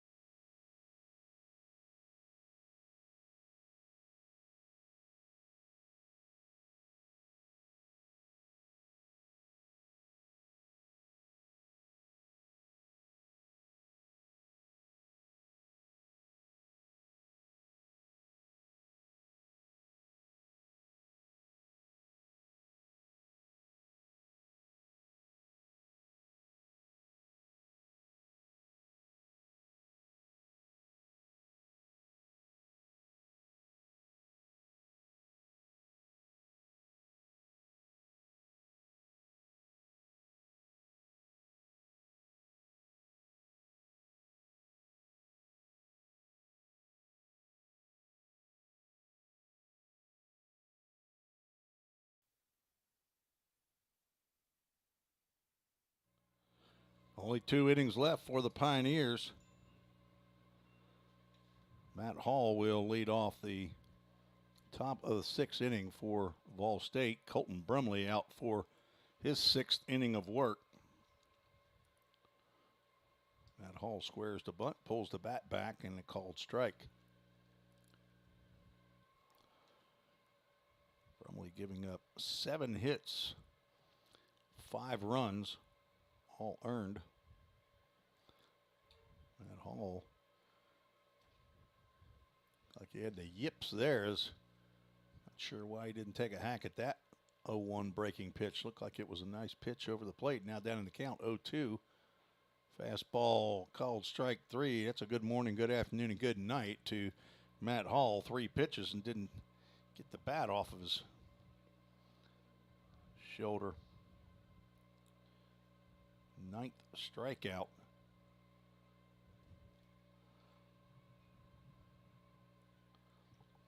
Big Jay Charlotte comes to the plate, walked, and a sacrifice fly, swings at the first pitch that he sees. Fouls it off the Salukis dugout.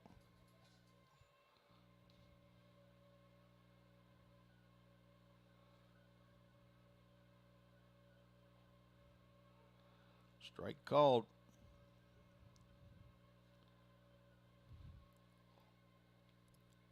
Charlotte down in the count, 0-2.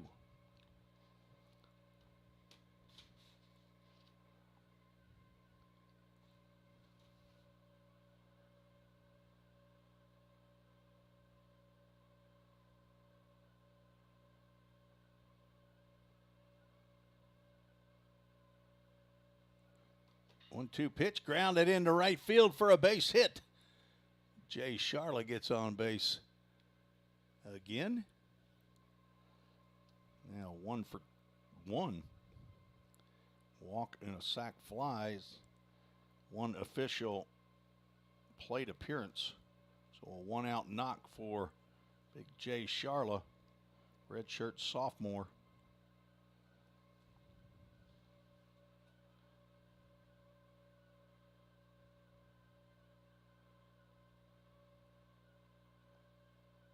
Brings Logan Molnar to the plate.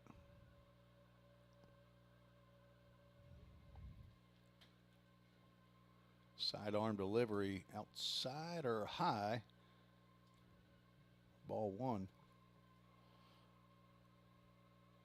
8th hit of the ball game for the Pioneers, showing 6 on the scoreboard here, but young man has been struggling as Logan Molnar has, on some swings that I've seen today, that pitch was way outside. It's as though he is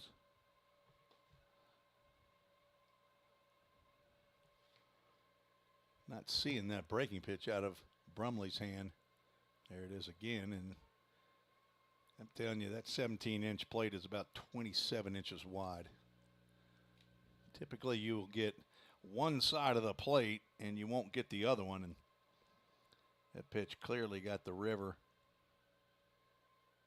Is he showing 2-2? I think it's 1-2. There we go. Now he's got the right fingers up. 1 ball, 2 strikes. Had some struggles with the count here, and I haven't been the only one, so doesn't excuse me, but throw over to first base. Charlotte back in time. Down 7. I don't see Jay Charlotte trying to swipe a bag. He has swiped 3 so far this year and yet to be caught.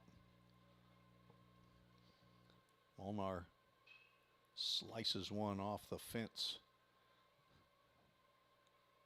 The first base side. Count remains 1 ball and 2 strikes.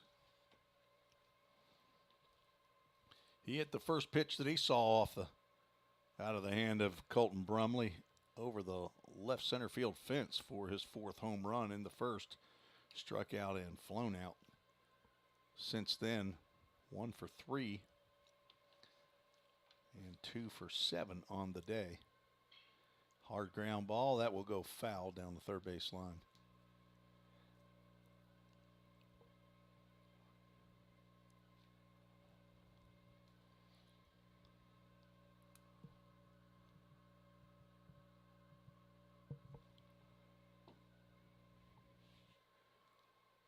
One out, 1 on. 1 ball, 2 strike count to the leadoff batter, Logan Molnar. On deck, Jake Burris. Swing and a miss. Down goes Molnar. 10th strikeout of the ball game for Colton Brumley.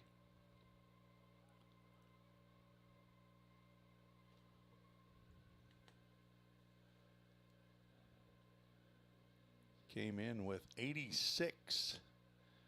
Now 96, which a year ago he had 97, I believe. In 94 innings. Fly ball out to shallow right field. Hayden Collins in to make the catch for out number 3. A 1-out single by Jay Charlotte.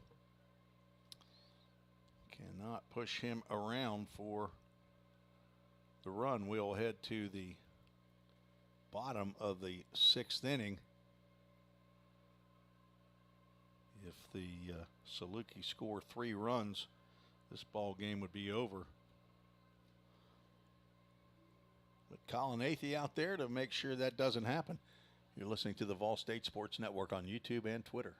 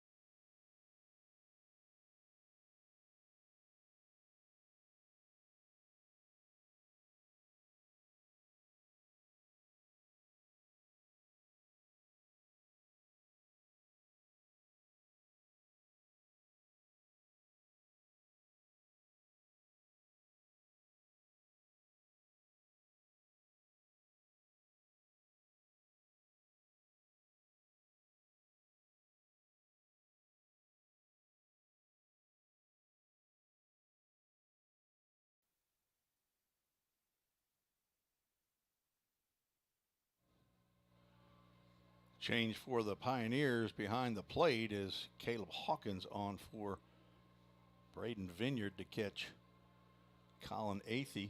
I'd assume that the injuries were mounting for Caleb Hawkins, or for Braden Vineyard, as he was checked on by head coach Jim McGuire, so he will be lifted for Caleb Hawkins.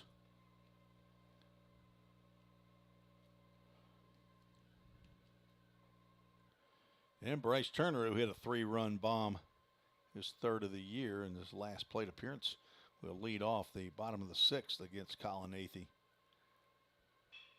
It's a ground ball to Molnar, who gloves and throws over to Godsey for out number 1. 1 pitch, 1 out. Colin Athey is producing here to impress coaches and fans alike. Hayden Collins will step in. He is 0 for 3. Starts to swing and cannot hold up. So says home plate umpire Brian Purcell.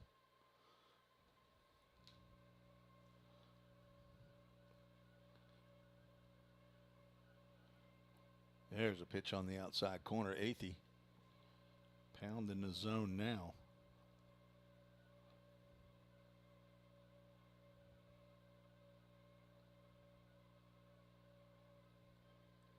That one misses outside.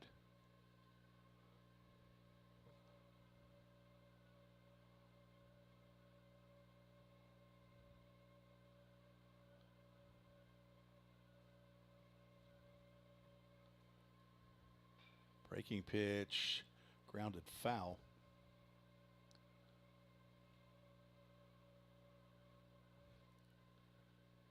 Count remains 1 ball, 2 strikes, 1 out.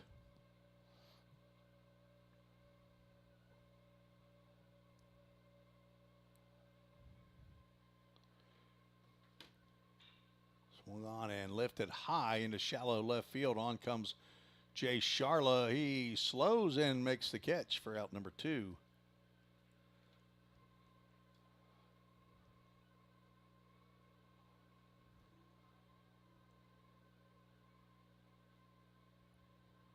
Colin Athey has retired 5 of the 6 batters that he's faced. Action in the Salukis bullpen. Number 25, Jake McCullough. Maybe he's going to get some action against his former team. B.J. Banyan steps in. Does not have an official plate appearance. I'm sorry, I got that wrong. He struck out but reached on the wild pitch, so he's 0 for 1. Scored 3 times, been hit by a pitch and walked. Lifts one foul off to the right side.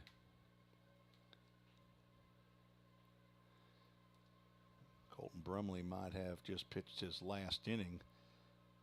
Maybe head coach Eric Schoenrock giving Jake McCullough a little love right there to let him pitch against his former team. That pitch one hopped. Nice gesture on the part of head coach Schoenrock.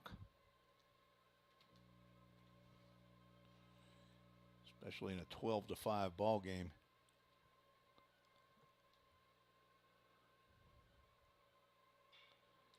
Fly ball out to right field. This should be playable for Jace Mizell. He will catch it 3 steps away from the foul line for out number 3. A 1-2-3 inning for Colin Athey, who did a fantastic job coming in. Bases loaded and nobody out, to only give up 1 run and then retire. Did give up 1 walk, but retired 6 batters. Good job, Colin Athey. Pioneers down by 7, and we will have the new pitcher. Jake McCullough will tell you about him when we return from the Ball State Sports Network.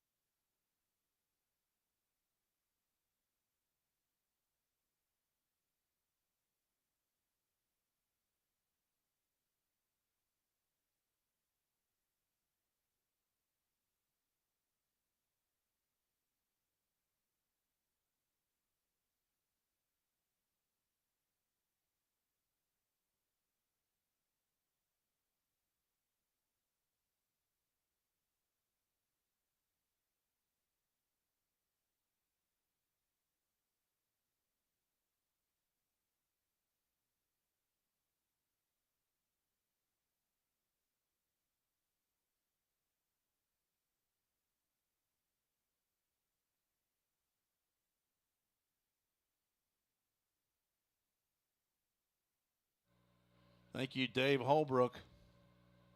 I didn't even look at my phone to see that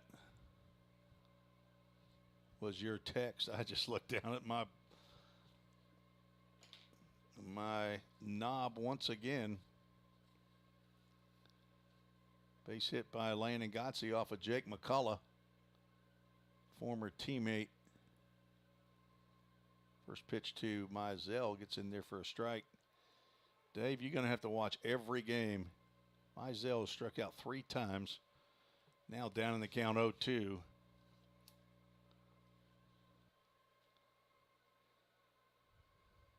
Apparently the mental capacity is being reached here. 0-2 pitch misses outside. I surely do apologize, folks, but it's the best I can do is all I can tell you.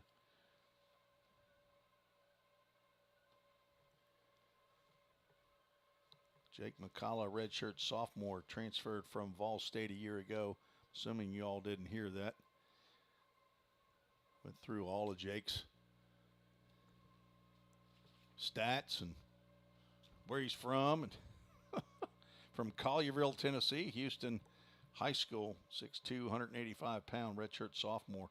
Got in 1 game a year ago for the Pioneers. Jace Mizell gets the golden sombrero.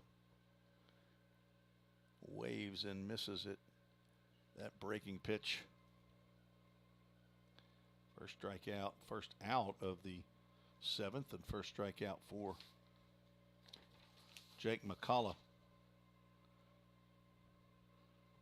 6th appearance of the year for McCullough. He came in 4 innings, 3 hits, 4 runs that were earned, walked 5, struck out 5.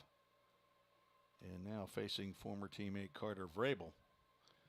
All these batters that he's facing are teammates from last year.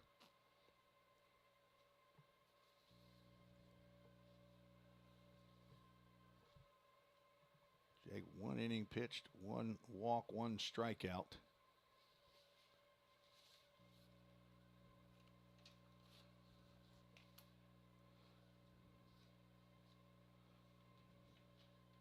Gave up 2 hits. Facing Carter Vrabel with a 2-0 count.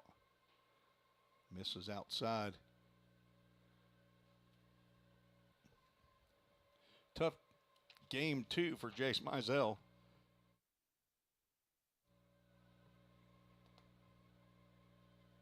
Went 2 for 4 in game 1. Carter Vrabel 0 for 3. He drives one out to left field. Zarlingo back, and he'll make a running catch going toward the wall for out number 2. 3-0 pitch. Smoked pretty good by Vrabel, but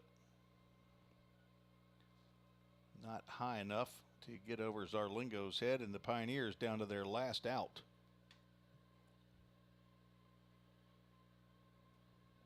Big 6-run 4th inning for Southwest Tennessee. Broke this game open and gave them an 11-3 lead. Bright spot for the Pioneers. Colin Athey came in, pitched 2 innings. Did allow 1 inherited runner to come in. Caleb Hawkins now batting for Braden Vineyard. He came in to spell Vineyard behind the plate. Caleb getting his first at-bat here in game 2. Caleb 1 for 3 and a run scored in game 1 of the doubleheader. Pitch down in the dirt. Or the artificial turf, ball 2. Pioneers play on Tuesday. Let's see if we can. I believe that's against Lake Area Academy.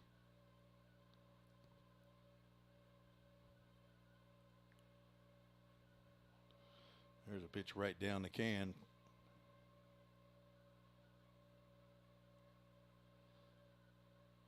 Need to get a little pocket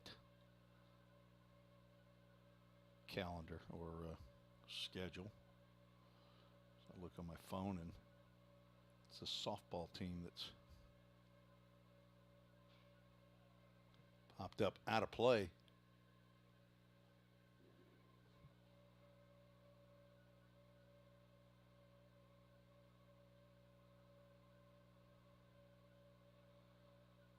Pioneers will be at home next weekend to face Jackson State.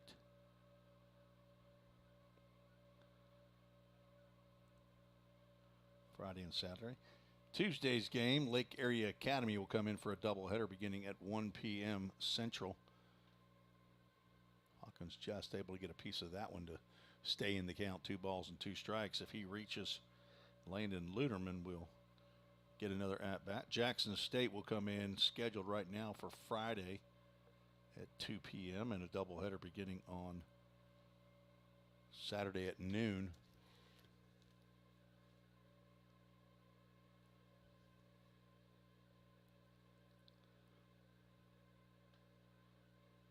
Pioneers down to their last strike against Jake McCullough.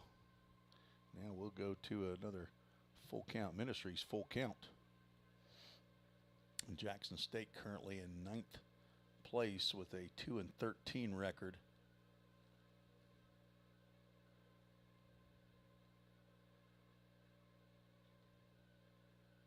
They are playing Chattanooga State today. Runner goes, and the pitch is hammered foul. 2 for 2.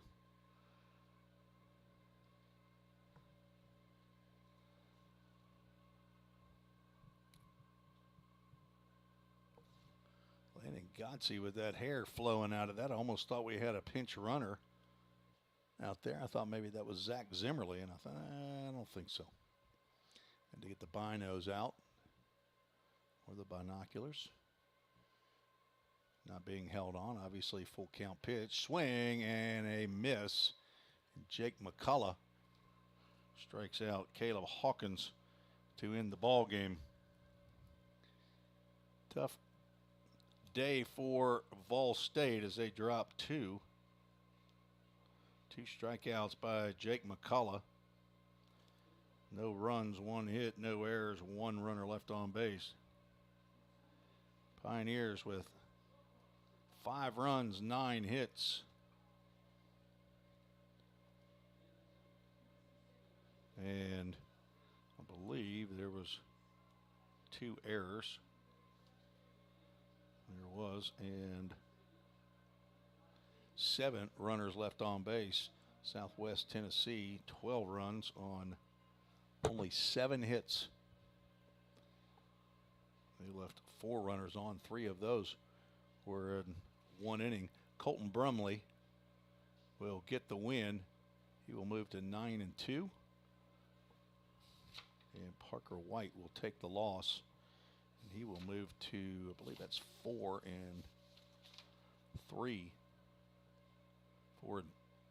4-3 goes Parker White. Pioneers fall to now 8-10 in conference play. And Southwest Tennessee moves to 10-8. Pioneers overall record 22-17. Southwest Tennessee 31-12. And Vol State will play again on Tuesday against Lake Area Academy in Gallatin at Pioneer Field at Tim Garrett Baseball Complex. And then we'll host the Green Jays of Jackson State in conference action next Friday and Saturday, weather permitting. And our right rug flooring player of the game today is going to be Colin Athey in his first appearance in a conference game. He ends up going 2 innings. Gives up no hits, no runs. Does walk 1 batter. Does not strike out a batter. Doesn't hit a batter. So congratulations to Colin Athey, our right rug flooring player of the game. Noah Eatman. Carter Vrabel was the right rug flooring player of the game. Noah Eatman had come in and done a great job in 3 2/3 innings to stem the flow in game 1, but the Pioneers lost that game 10-9 and fall here in game 2, 12-5 to Southwest Tennessee. A year ago, the Pioneers swept the Salukis at home and then had to play Southwest Tennessee as a 7-10 matchup for a winner stays in the tournament and the loser goes home. A year ago on Mother's Day up in Chattanooga State at the conference championship, and ended up losing that game 11-8. So these Southwest Tennessee Salukis ended the year for Ball State a year ago. Maybe Pioneers get a chance to do that again at home. So our Full Count Ministries verse of the game, after announcing our right rug flooring player of the game,